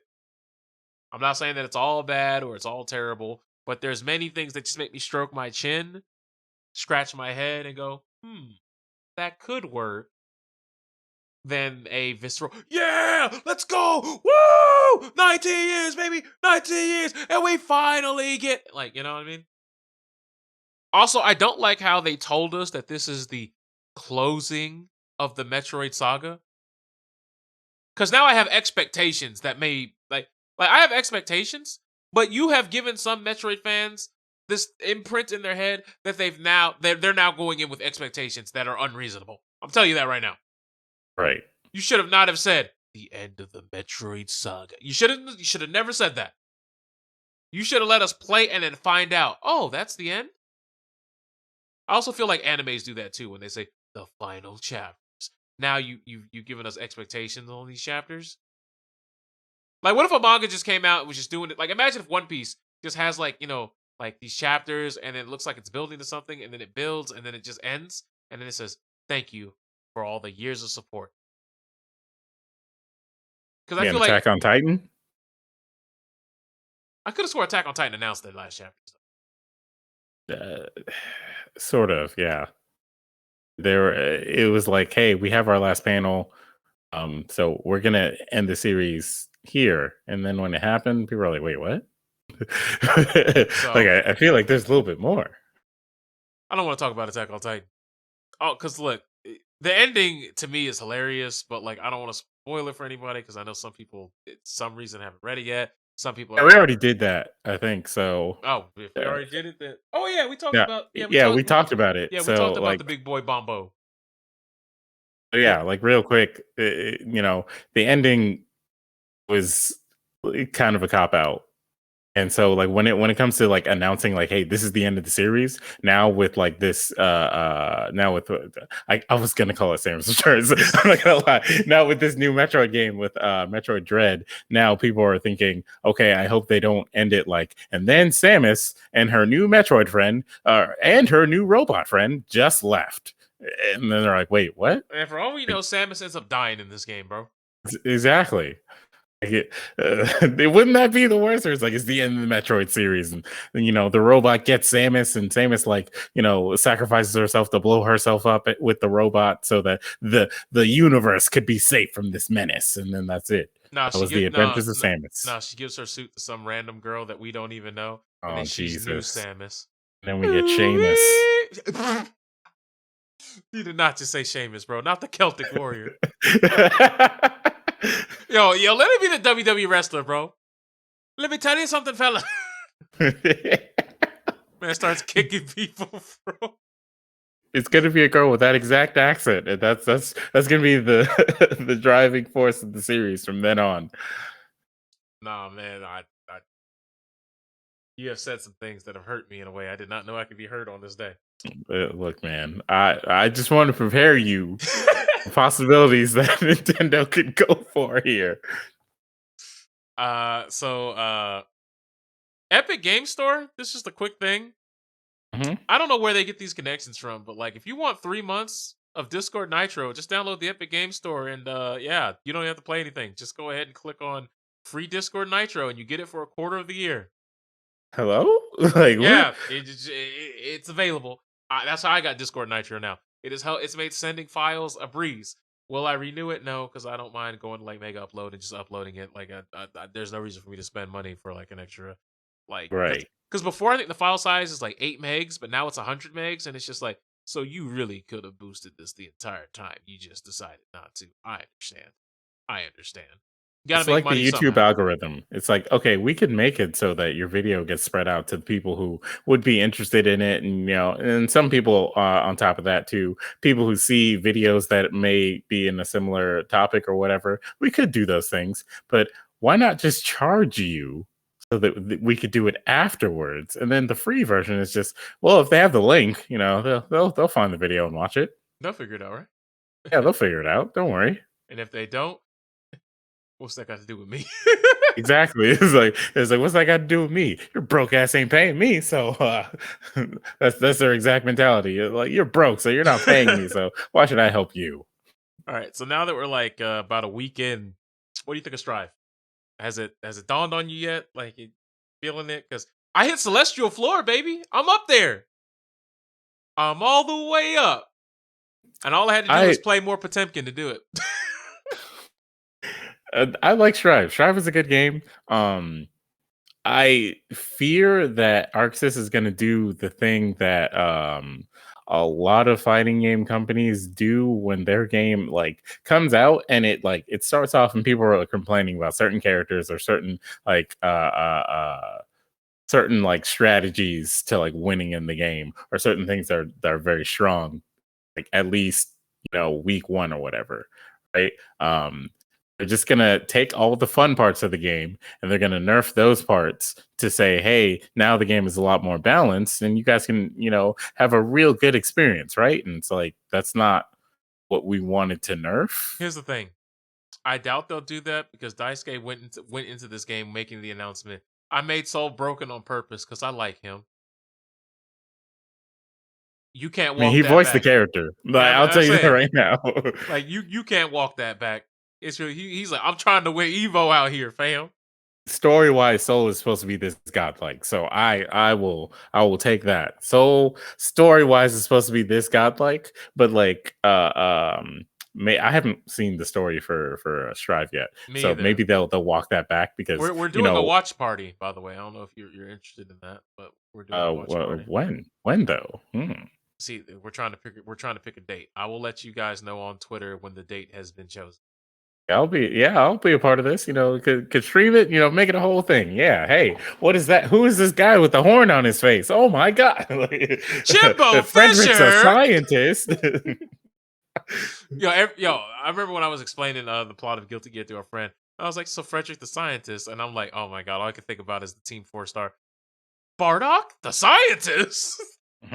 It's like, yeah, Frederick, if you don't know, is actually Freddie Mercury. All right, he's just all right.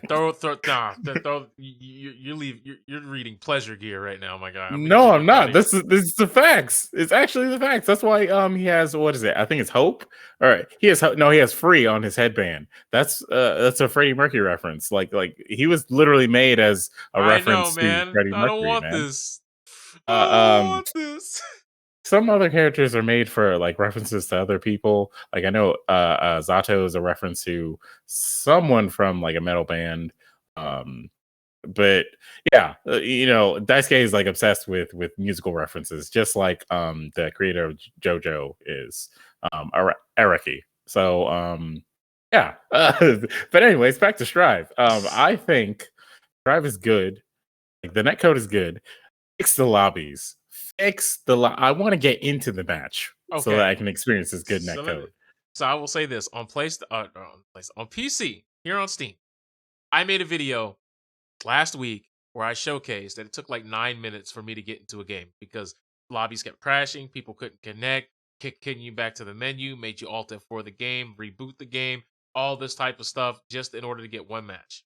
They've come out with 2 patches since then, and ever since that second patch, I've played probably half of my total playtime compared to that first half, which was just mostly the Connection Olympics.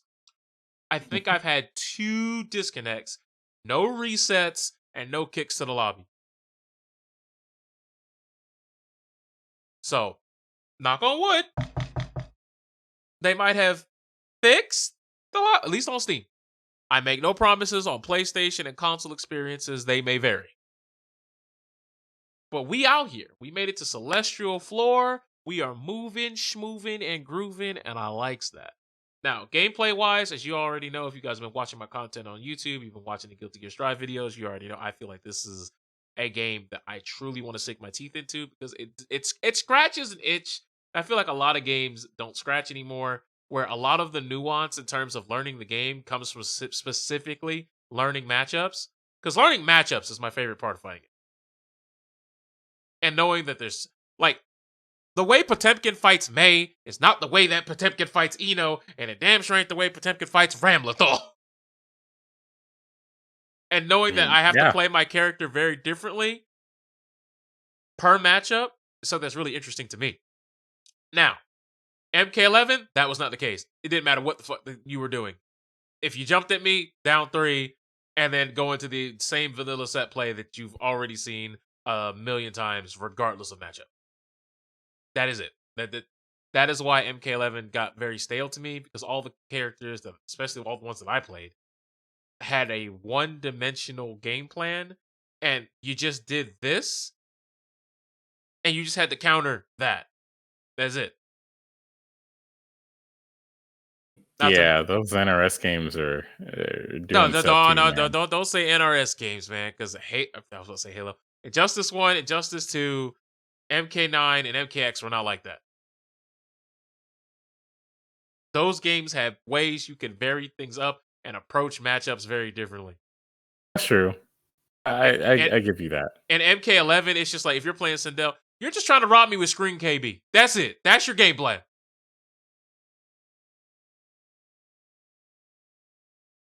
Yeah, I Frost, I'm literally either trying to just do 2-2, make you block, a +5, strike throw, mix you to death. look. There's a reason why people who played MK11 a lot are, were pretty happy for the MKX tournament that unfortunately didn't get to finish.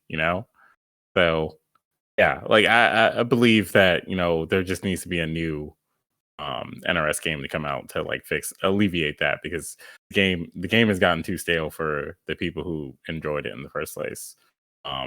Guilty Gear Strive though has given people like something else to play in the meantime. Um, but who knows when the next MK game or the next Injustice game is coming out, or if MK versus DC is coming out, or something like that. Guilty Gear, I like Guilty Gear, but I don't know.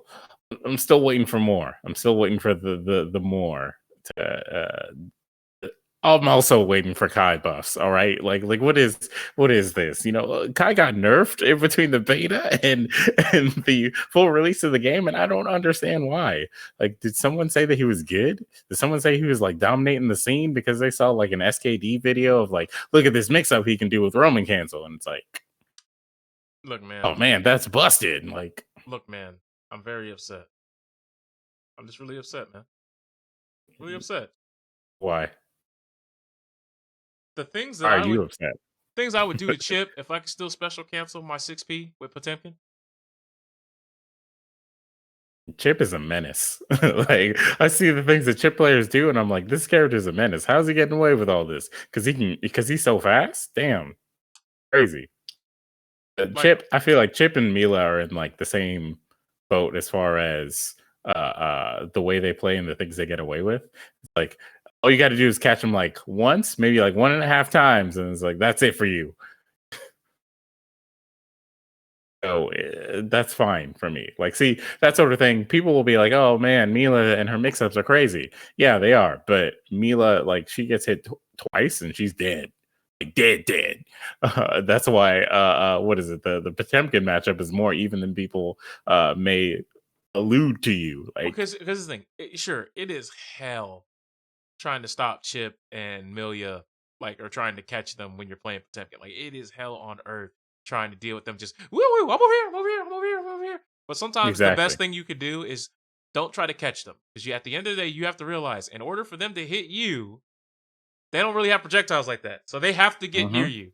So it's better to just make a hard commit on a spot that they're going to be, and when they get in that spot, like 6P if they're airborne, or if you know they're going to land short, backdash. If they mess up their jump in, because at certain angles your jump ins aren't true on block, then you could just throw them on the ground, and now they gotta like they're in a situation of, do I DP?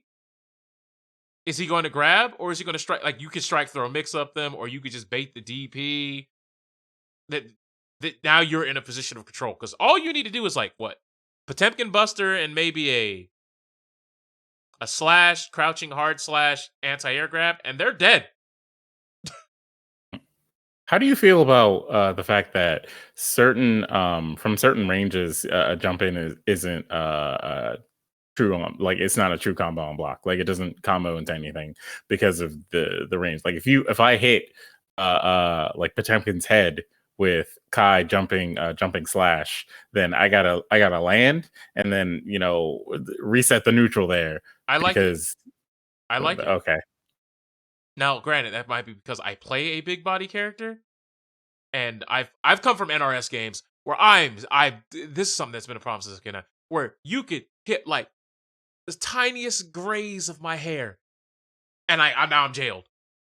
I'm stuck here because like jump-ins in those games are like plus 20, plus 17, plus 30. Like it is mad OD over there. Yeah. It's either you anti-air them and have to deal with this. It's like if you try to anti-air them and you miss, now you're getting hit for 20 to 40% of your life. And if you block it, now you're in a situation where you're about to explode if you guess wrong. Nah, I'm good. I'm good on that one actually. So me personally, I'm fine with it being like this. Although I will say, a lot of characters have ways to change their air trajectory and their air momentum.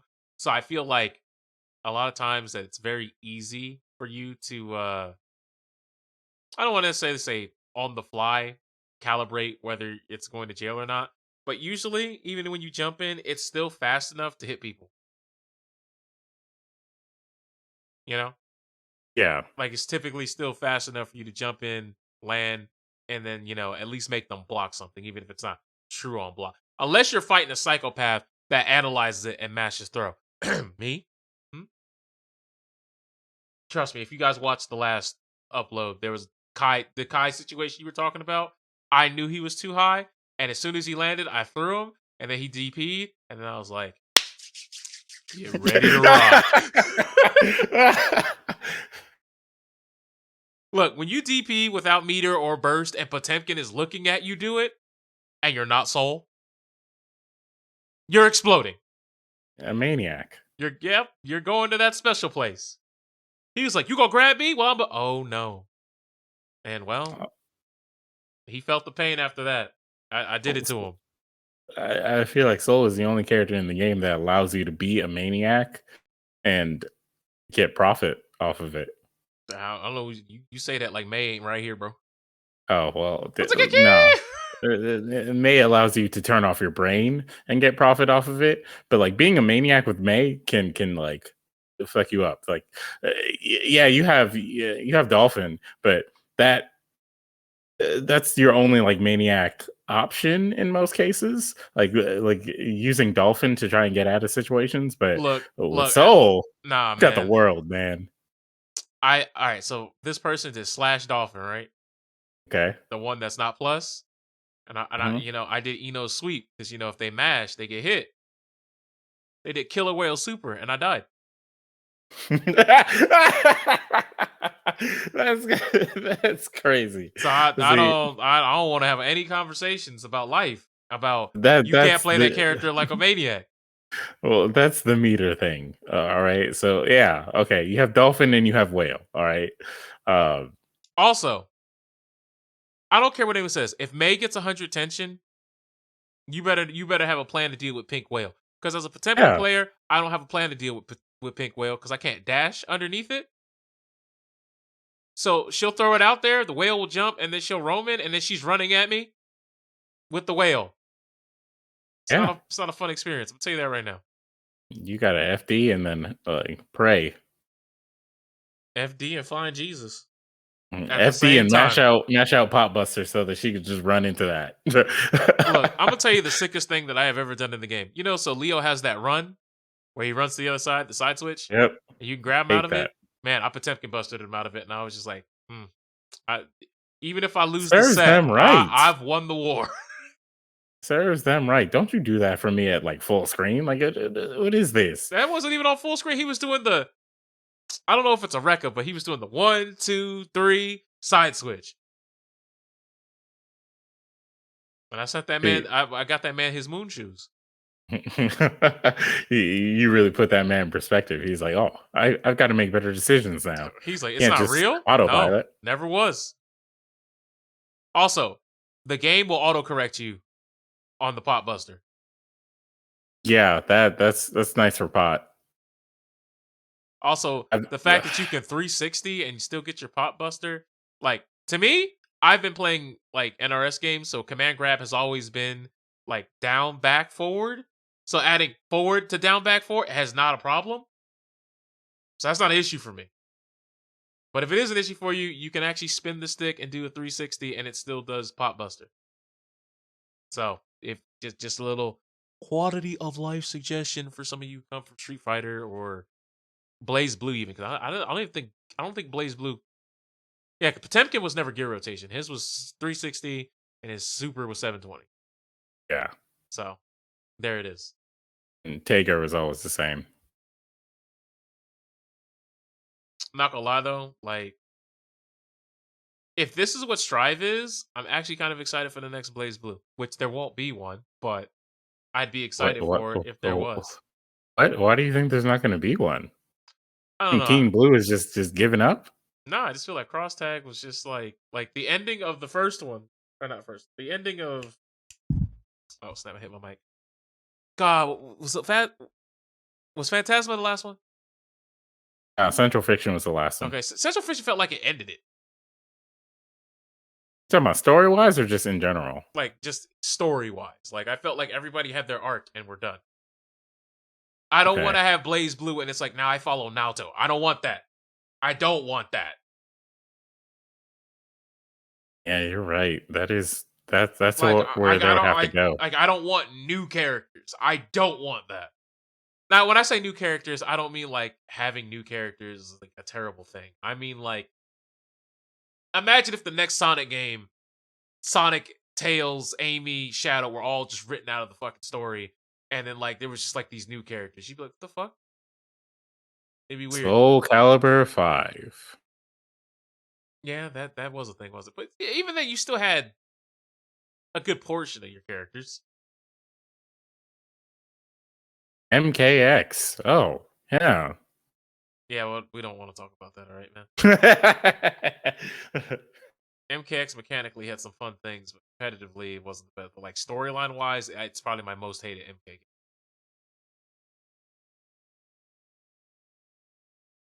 Because everyone's dead, gone, Yeah. or not playable in some way, shape, or form. But that was because of MK9 and the way they ended that. But they all in Again, X because they realized, all right, we made a mistake. We killed too many of them. Reroll. they killed Quan Chi, which was like, The fact that Quan look, Chi isn't an 11 kind of saddens me. the way that he died didn't even make sense to me. Like Scorpion just showed up and just killed him, and I was like, has it been that easy this whole time? And like none of you have even thought about doing this? Well, they were like, no, we captured him for interrogation. I'm like, Quan Chi seemed like that master like strategist in MK9, and then and it actually was just a bum. Yeah, and also you caught a wizard. Like you caught a wizard and thought, oh yeah, we're gonna interrogate him. Or he has magic. No, they caught a wizard by stomping him in the nuts. Yeah. Anyways, we don't need to talk about that game. We can move on. You sure can. So, Strive has brought up this interesting conversation that a lot of people talk about on Twitter. Should fighting games be easier? And look, here's the thing. I don't care who you are. I don't care what sport you support. I don't care what game you play. Fact of the matter is, when you bring down the skill ceiling, all you're doing is compressing where the top players will be to where the lower skilled players will be. But you got to understand, the top tier players are still going to be top tier because there's just less for them to discover. So they're going to reach that point a lot faster. Also, everyone needs to realize that fighting games are not easy. Exactly. Because a lot of it requires the human element. Now, I'm not saying Dive that, kick is not even easy, and that game has 2 buttons. yeah, I'm not saying that like other games aren't difficult, but at the end of the day, there are games where you will in fact just play like ass and you will win because the other members of your team did well. There are also going to be games where you are godlike, but your team is ass, so you lose. Fighting games give you that instantaneous feedback of my work efforts have been allowing me to improve, and I can see that improving because I'm winning more. Or in the cases where you do lose, you're not losing as badly. You at least have an idea. Because I'll be honest with you, when I first started playing Strive, The first time I fought Chip, the first time I fought Faust, the first time I fought Eno, I was lost, bro. I ain't know when was it my turn? When do I push the button? When do I get to have a say so? The first time I fought a Giovanna and she did that flip kick nonsense, I was like, now it's it wasn't my turn. There were a lot of things that I had to learn. And now that I've learned them, a lot of these matchups are a lot more manageable. I'm still working on Ramlethal. I'm not gonna lie. I feel like the Ramlethal matchup, I'd be playing perfect, and then I get hit by one thing, and then I'm losing. It's a mystery to me. Like if I get hit by one straight hit into sword into a wall splat, and then I explode. But anyways, should fighting games be easier? Look, let's just take the NBA for example, right? Let's say we decided more people should be able to dunk. It should be easier for people to make shots and layups, so we lower the rim 1.5 feet. You do realize that now you have put it in a realm where there are some people who don't even have to jump to put the ball in the hoop now. Like, sure, you removed the skill gap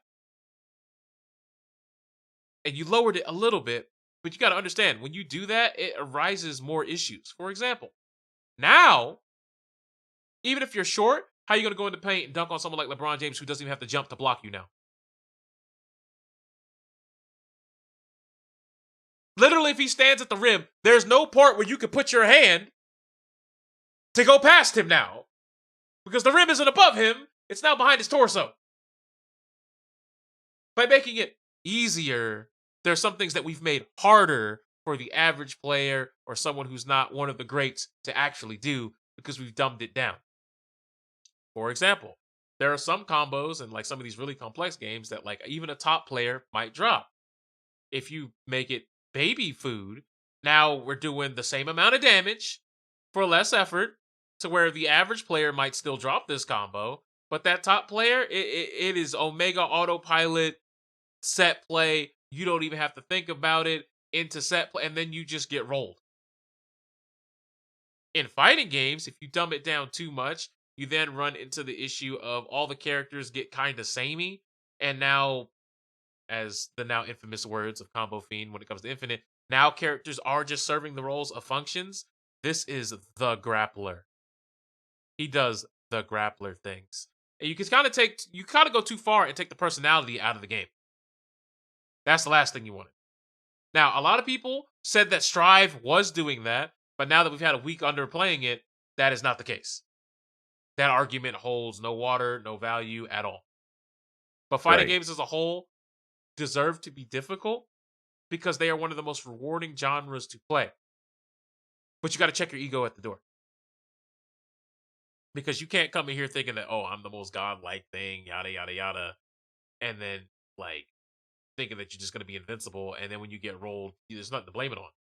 Now, sure, a lot of people are like, I'm going to blame it on the matchup. Nah, man, you got body. You got mopped up. It's okay. Also, I need to stop having people on my timeline post like their Strive tier list. It's been like 9 days, people. Oh god, don't trust any tier list that comes out right now. Like we haven't even been in all the situations that could be in a matchup at any given time.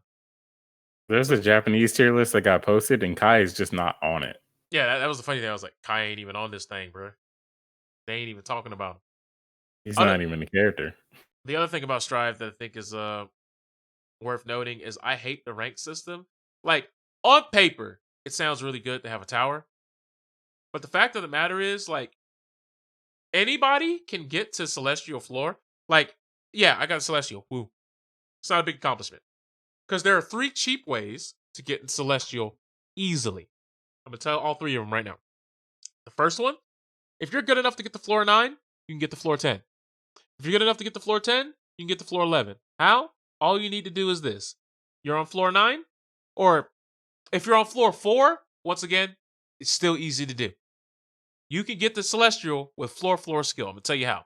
On the PC version, there's this interesting thing called Steam. Now, Steam, when you buy the game, you can get another account, make another Steam account, and then add it to your family share plan. And just have 2 computers, 3 accounts. You may see where this is going. Since it's tower-based, you can just get your other computer to find your other computer in the lobby and just beat each other and beat yourself all the way to the top. people have done that into Celestial. Some have done it to get VIP.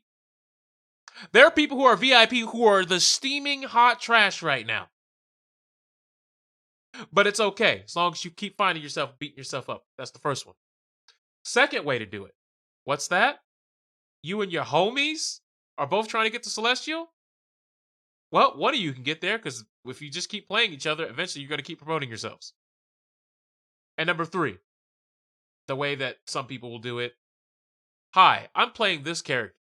I don't want to play May, Soul, Ramlethal. I don't want to see those characters. So anytime I see that their name pops up, I just won't play you. Because the lobby system and the tower system allow you to vet your competition. You could see somebody and their character, and you could just say no. Just because they're playing a character you don't want to fight. You get into Celestial by cherry picking your opponents. What's that? This guy beat me game 1, I'm leaving. I rolled this guy game 1, I'm staying. Get your 3 wins, rinse and repeat. You'll have at the very least a 66% win record, and eventually you'll find 2 people back to back who you're going to 3-0, and then you're going to get promoted. There are so many ways to gimp your way and brute force your way into Celestial if you don't deserve it. There's plenty of ways to do it on PC, which is why I don't really think it's impressive. Now, if you have 2 PlayStation 4s, you could also do the same thing. I don't know why you would have 2 PS4s, but if you have like a PlayStation 4 at your friend's house and they're playing the game, once again, you can do the second method. Like, trust me, that there are ways that you can do it. But ultimately, yeah, that is because on PlayStation 4 and PlayStation 5, any account that's on that PlayStation and uses that PlayStation as its home account, as the same account whose home PlayStation owns Guilty Gear Strive, you can do the same thing as you can do on the Steam methods. So yeah, getting into Celestial, not really as exclusive as you might think it is. Just saying. But yeah, should fighting games from a gameplay perspective be easier? I would say absolutely not, because you just run into that instance of the top players are still going to be on top, because they're still going to find ways to put you in very oppressive situations. And if the oppressive situations are easy, you then run into this. You then run into the instance of when people say should fighting games be easier. Normally they mean the offense, because defensive mechanics. Let's be honest. There are some situations in fighting games where when you make the game too easy, all I have to do as the person on offense is press square, triangle, forward, forward, square, square, triangle, forward, and just do it over and over and over again.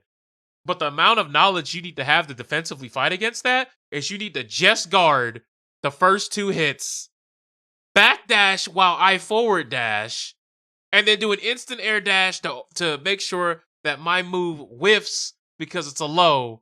And you have to do all that just to stop me from basically block infiniting you to death. Yes, there are games that will have situations like that where they made the offense so easy you have to do like some crackhead stuff on defense just to get out. Some people will argue that you have to do that in Dragon Ball Fighters, but I don't think Dragon Ball Fighters is at that level of it's so simplistically easily.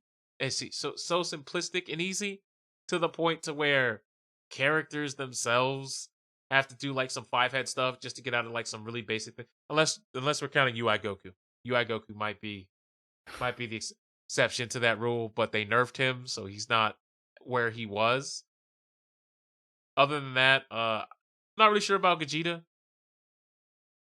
Gogeta has his own set of quirks, but like I said, I don't think it's at that level.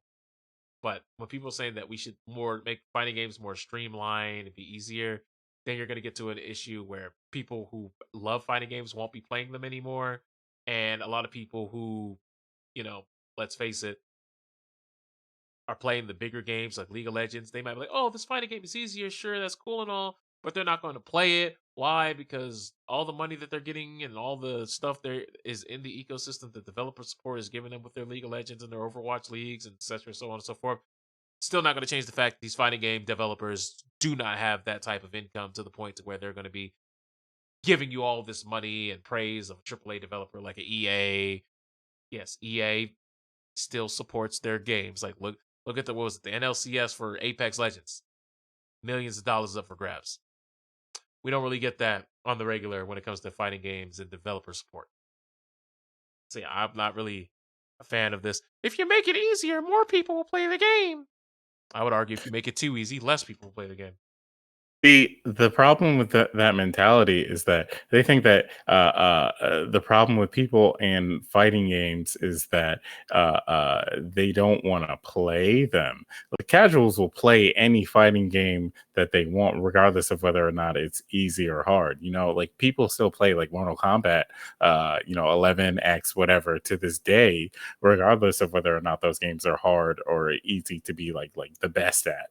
But it's all a matter of if your game actually looks like cool. Like Dragon Ball is like the best example of this. You know, at first people were like, "Oh, Dragon Ball is easy mode because Dragon Ball has auto combos or whatever."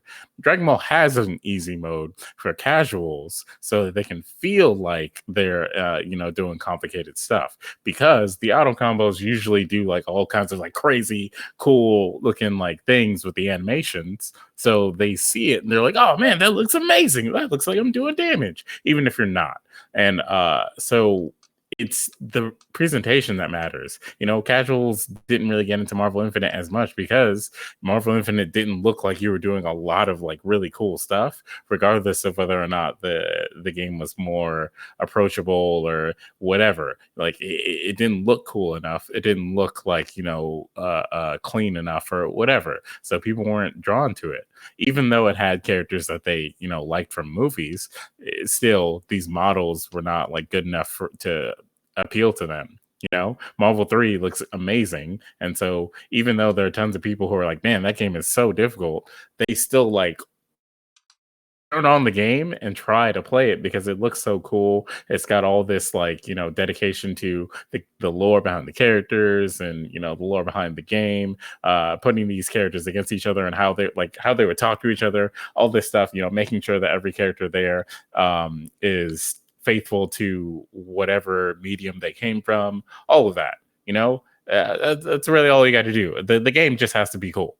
If the fighting game like needs to appeal to other people, it has to be cool. Guilty Gear Strive is a beautiful game and it plays well online. Those are the only two things that you really need for casuals to play the game. Hold like on. now And the everyone's playing stuff that game. and the stuff you do has to look. That's a very Yeah. important fact. Everything that you do in that game looks really cool. I mean, the whole like put counter like in giant words on the screen, you could do without that, but I'm sure someone is like, "Oh, that's really cool. I can see him doing a counter hit." Whatever. There is a mod that changes the counter sound effect to the Taco Bell sound. That's all you need to know. Oh, that's disgusting. That but, dong every time. but yeah, like good online is important also because a lot of the people who are going to be playing your game, whether they're trying to be like the best or they're trying to just like be decent or just play with friends, they're going to want to play it online because they're not going to be able to like go out and play with people in person all the time. So if your netcode is great, people are gonna get drawn to it. That's why so many people from so many different communities are coming to Guilty Gear Strive, because they can play it online with whoever they want at any point in time and they can still have like a really good experience as long as they get into the match. So yeah, like it's not a matter of whether or not the game is difficult, because all fighting games are going to be difficult if they have more than like 3 characters. All right, so you're still gonna have to figure out how these characters work, and the characters are gonna have to be different for it to be appealing to people. So it's gonna be hard in some aspect. Like fighting games always have to require 1v1. So chess is never going to be easy because you're still going against someone. It doesn't matter if both of you know the exact same number of like ways to play chess, ways to like strategize or whatever. It's still a matter of what strategy you're going to pick, what strategy your opponent's going to pick, and how you're going to deal with that. And that's always going to be difficult. And then having to adapt to each and every move that your opponent is making, because some people have a strategy in mind and will literally play in a bait way to get you to think they're not playing that way when they're really playing that way, and they've disguised their goal. They've disguised what their win condition is. That's Chess? difficult to deal with because you can't see it. So, like, you don't know, and if you don't know, then, you're gonna have a hard time until you figure it out. Nah, man, you don't even figure it out. Sometimes you be playing chess and then like you'll move a piece and then you'll be like, all right, and then they'll move one piece real quick and then you'll be like, checkmate. Huh? And then you be looking, you like, damn, I'm dead. Mhm. It's that simple. Like what was it? Who was that YouTuber that got beaten 2 moves? Was it XQC? Maybe. Could've been like PewDiePie or something. So, anyways, y'all, someone in the comment section will definitely clear that up. But Right. yeah, I think that just about covers everything this week. Wow, 2 hours and 10 minutes already. Jesus. Also, what do you think of Juneteenth being a federal holiday? Um, cool, you guys wanted to make it a holiday, so, next year, if it falls on a weekday, we can be off work or whatever. But how about we make some real change to honor Juneteenth? All right, give us an example. Hit me with it. All right. So community more minority communities that are trying to get to a better economic situation, like putting in systems that will actually, like, help them instead of put them to a point where they feel more like, hey, crime is actually what's gonna, fix the problem for me, not, just getting a job, working the job, and doing what I need to earn the money I need so that I can live. Things like that could be raising the minimum wage so that it's a livable wage for everyone. So that, I don't know, maybe if you do end up working at McDonald's, because that's important, that's an important job.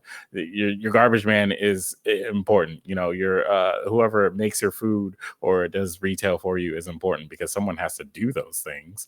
Because you're not going to want to do them yourselves. Like, you're not going to want to walk into McDonald's and then cook the food and then go. You know what I'm saying?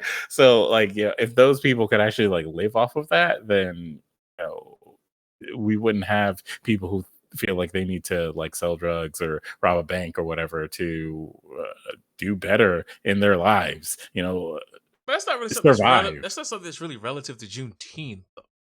I mean, relative to like the communities that Juneteenth is about, yeah.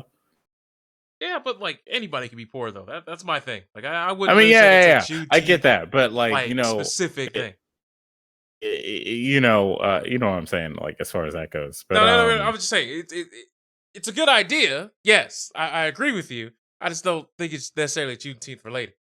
look, I'm gonna tell you right now, the reality of this is that there more than likely is not going to be a single piece of legislation that you could put into play that appeals to only black people that is gonna actually get put into play because of the fact that there are so many people who are just like, well, that's racist because it's only going to be about black. So it's better to appeal to certain communities that black people are a part of, like appeal more to like poor people as a whole than to appeal to only like poor black people, because that will more than likely get put into play because of the fact that, it's like, oh, it's not just black people who are poor, like white people can be poor, Asian people can be poor, etc.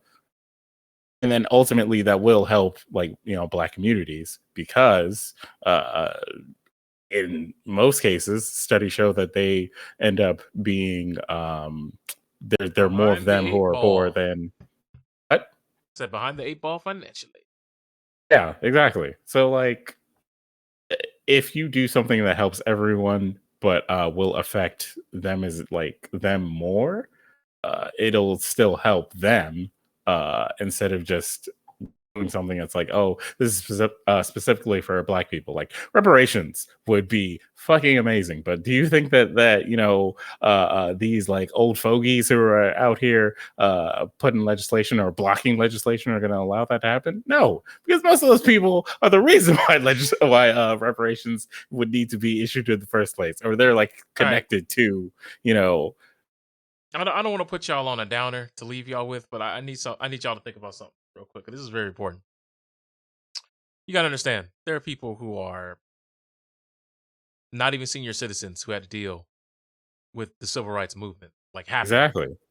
Like there are people who are not even allowed to collect their pension yet, who had to deal with those things firsthand. My dad, 81 years old, right? He's still alive. He still goes for walks.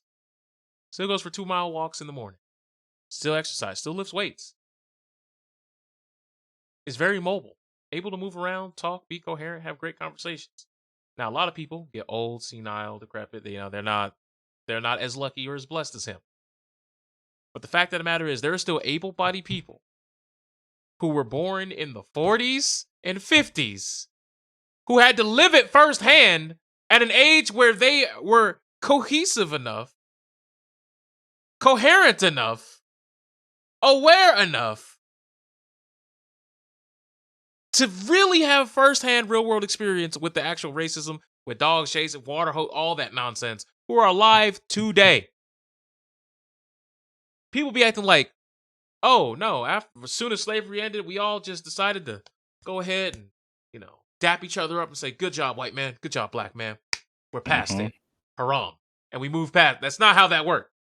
It's not. That's why critical race theory is kind of important to be taught, or something close to it. It doesn't have to be like the innate idea that the system is created by racism, even though it was. Like It here's was the thing. created by people who had like racist ideals. Yeah, because So here's the other thing. There's this thing called I don't know if you guys remember Rudy Bridges, who was like the first child to go to end the segregation, like the first kid to the patient zero of being a black person at what was a whites only school. yeah, the first person to be to Yeah, integrate schools. do you know, is she dead or alive? Do you know? I believe she's still alive. Yeah, do you know how old she is though? What, like 90? See, that's crazy. You said 90s. That's cute. She's 66. She just now got her senior citizen check. I want you to be able to understand that. The first who started all the people who talk about, oh, we don't want those darkies here, and wanted to have all their, their rah-rah speeches and, their, oh, we'll riot in the streets, and, all that type of nonsense. She's only 66. She just now got her Social Security check. She just now was able to retire. They're not old. Yeah. They're not. Like, They still here, fam. They still out here. that's why you still have people who are like, oh, we shouldn't be teaching in schools that the system was based on this or that. Those are the people who were probably at that same school who were just like, yeah, we don't want her here. So yeah, like those people are in places of power right now. And so you have a system where it's like, okay, let's teach people about what Juneteenth actually is. And they're like, no, don't do that. Even though if you teach everyone about the real history of things, it's more than likely not going to repeat itself, I mean, shit, guys, we still have Nazis, but we don't have as many. Why? Because us as a whole, we're just like, yeah, those guys are pretty terrible. Yeah. But remember what they did to make sure that there is no doubt that doing this is a terrible thing. Right. And anybody who continues to want to do this, you are also terrible. Right. There are plenty of people who don't know what Juneteenth is about, and then they're now like having to acknowledge that Juneteenth is a holiday, which Juneteenth cool. in and of itself is wild because like people like what was it? Was it Robert E. Lee? He surrendered in Virginia, but that was like 6 months before. Because remember, they have internet. They have like you could just open up Wikipedia and be like, what's Right. going on in the streets? So like they had to send somebody on horseback, and it took months for him to get over there. But my man was already over in Galveston because he knew that there were some people who were in the southern Confederate states who were trying to flee out west of Texas. He came up out there and he said, I'm gonna tell you what it is. The Unions say today, just happened to be June 19th, 1865, that it's over. The war is over. All the enslaved people are free. Pull up if you want to. Now, that doesn't mean that, everybody who was part of the Union was like the greatest people and the truly most honorable. They were just like, look, we can't have a threat that's our people to our South who know a lot of things about how we do business going rogue. Exactly. thinking that they wanted more power because they had slaves and more manpower. That the whole slavery thing, that was their way of crippling the South. Let's not act like it was black people matter. No, it was cripple the South. All right, I just want to make sure that everyone knows. Slavery was just something that the North had foregone in order to fight the South. Just want to make sure that's very clear. Anyways, point of it is we were celebrating our freedom. We weren't celebrating the fact that we were freed by, like, we weren't celebrating those who emancipated us. We were celebrating the freedom itself. It's a very different thing. Yep. Because some people like, guys should love Juneteenth, because now you get to celebrate Abraham Lincoln. It's like, that's not how that works. Number one. Because I believe like the Emancipation Proclamation was like in 1963? Oh, let me go look it up. Emancipation Proclamation was in 1962. Yeah. And which declared as of January 1st, 1863, all enslaved people in the state. Yeah, because remember, he made the proclamation and the Union was like, or let's see, the South was like, that's cap. Not down here. And it took, a couple years for my man to finally get all the way down to Texas and let them know. But anyways. I mean, a couple of months. No, because June 19th happened in 1965.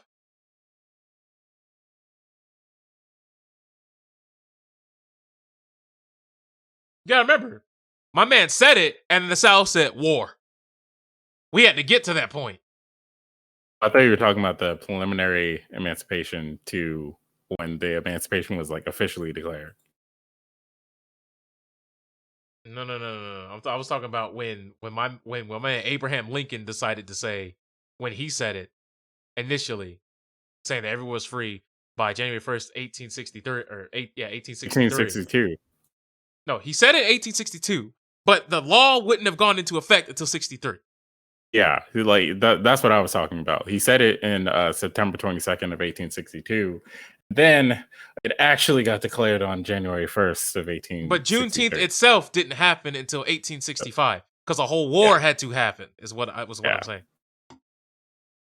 But anyways, point is, Juneteenth, if you don't know, go ahead and research. Go ahead and learn about all the people involved, because that's like a 2-hour podcast in and of itself.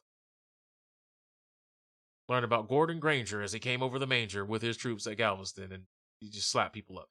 Anyways, if there's anything else you want to talk about, let it be known. Otherwise, we're 2 hours and 22 minutes into this thing, and I think it's time we turn ourselves into a VOD. Yeah, I mean, just follow me on Twitter, follow me on YouTube. Comment this, comment on this, subscribe to Kiz's YouTube channel if you're not, subscribe to the Twitch channel if you're not. Share this amongst your friends, and also check out my latest video, or my latest video that is not a VOD of a Twitch stream. So Internet Was a Mistake episode 1 is on my channel. Check it out, share it amongst your friends. Let's go, man. Yeah, share it amongst your friends, because I have other stuff that I'm working on that I will put out, but I'd like to see that it's being appreciated by the public first. Gotcha. I understand. So guys, I don't know if I'm going to be making 4 to 5 YouTube videos a week. I don't know. It's going to a point where it's been exhausting, and like, you gotta guys remember, I make the thumbnails myself, I edit the videos myself, I EQ balance the videos myself, I do the audio engineering myself. Everything that happens, I've done. There is no outside input into any layer of the editing or the chain of command from the raw materials to the final video that y'all see. That's all right here. The meme in my video says, "Cut that out, editor." I'm talking to myself. Just figured y'all would like to know that. Anyways, and that's a lot of man hours, and I don't know. I wish I had more feedback on what y'all like and what y'all don't like. So if you're watching here on Twitch and you're watching the VOD, comment more. That's all you got to do. Just be like, hey man, I like this, or hey man, I like this, but make it shorter, make it longer. Can we get more of this, less of this? Let me know. I'm 100% open to those suggestions. That being said, I've been your boy Quizarin. This has been Subtle Fraudulence, and this has been episode 38, I believe. I think it's 38. I can count. Mm. It's 38. Even if it's not 38, I'm gonna make it 38. And yeah, y'all be safe. Have a great set of games, and an even better day. Hopefully, you treated your fathers well on Father's Day. And yeah, happy belated Juneteenth. And we will see you guys. Well, I guess it'd be this week now. No, Sunday's the end of the week for me. So yeah, still next week. Take care.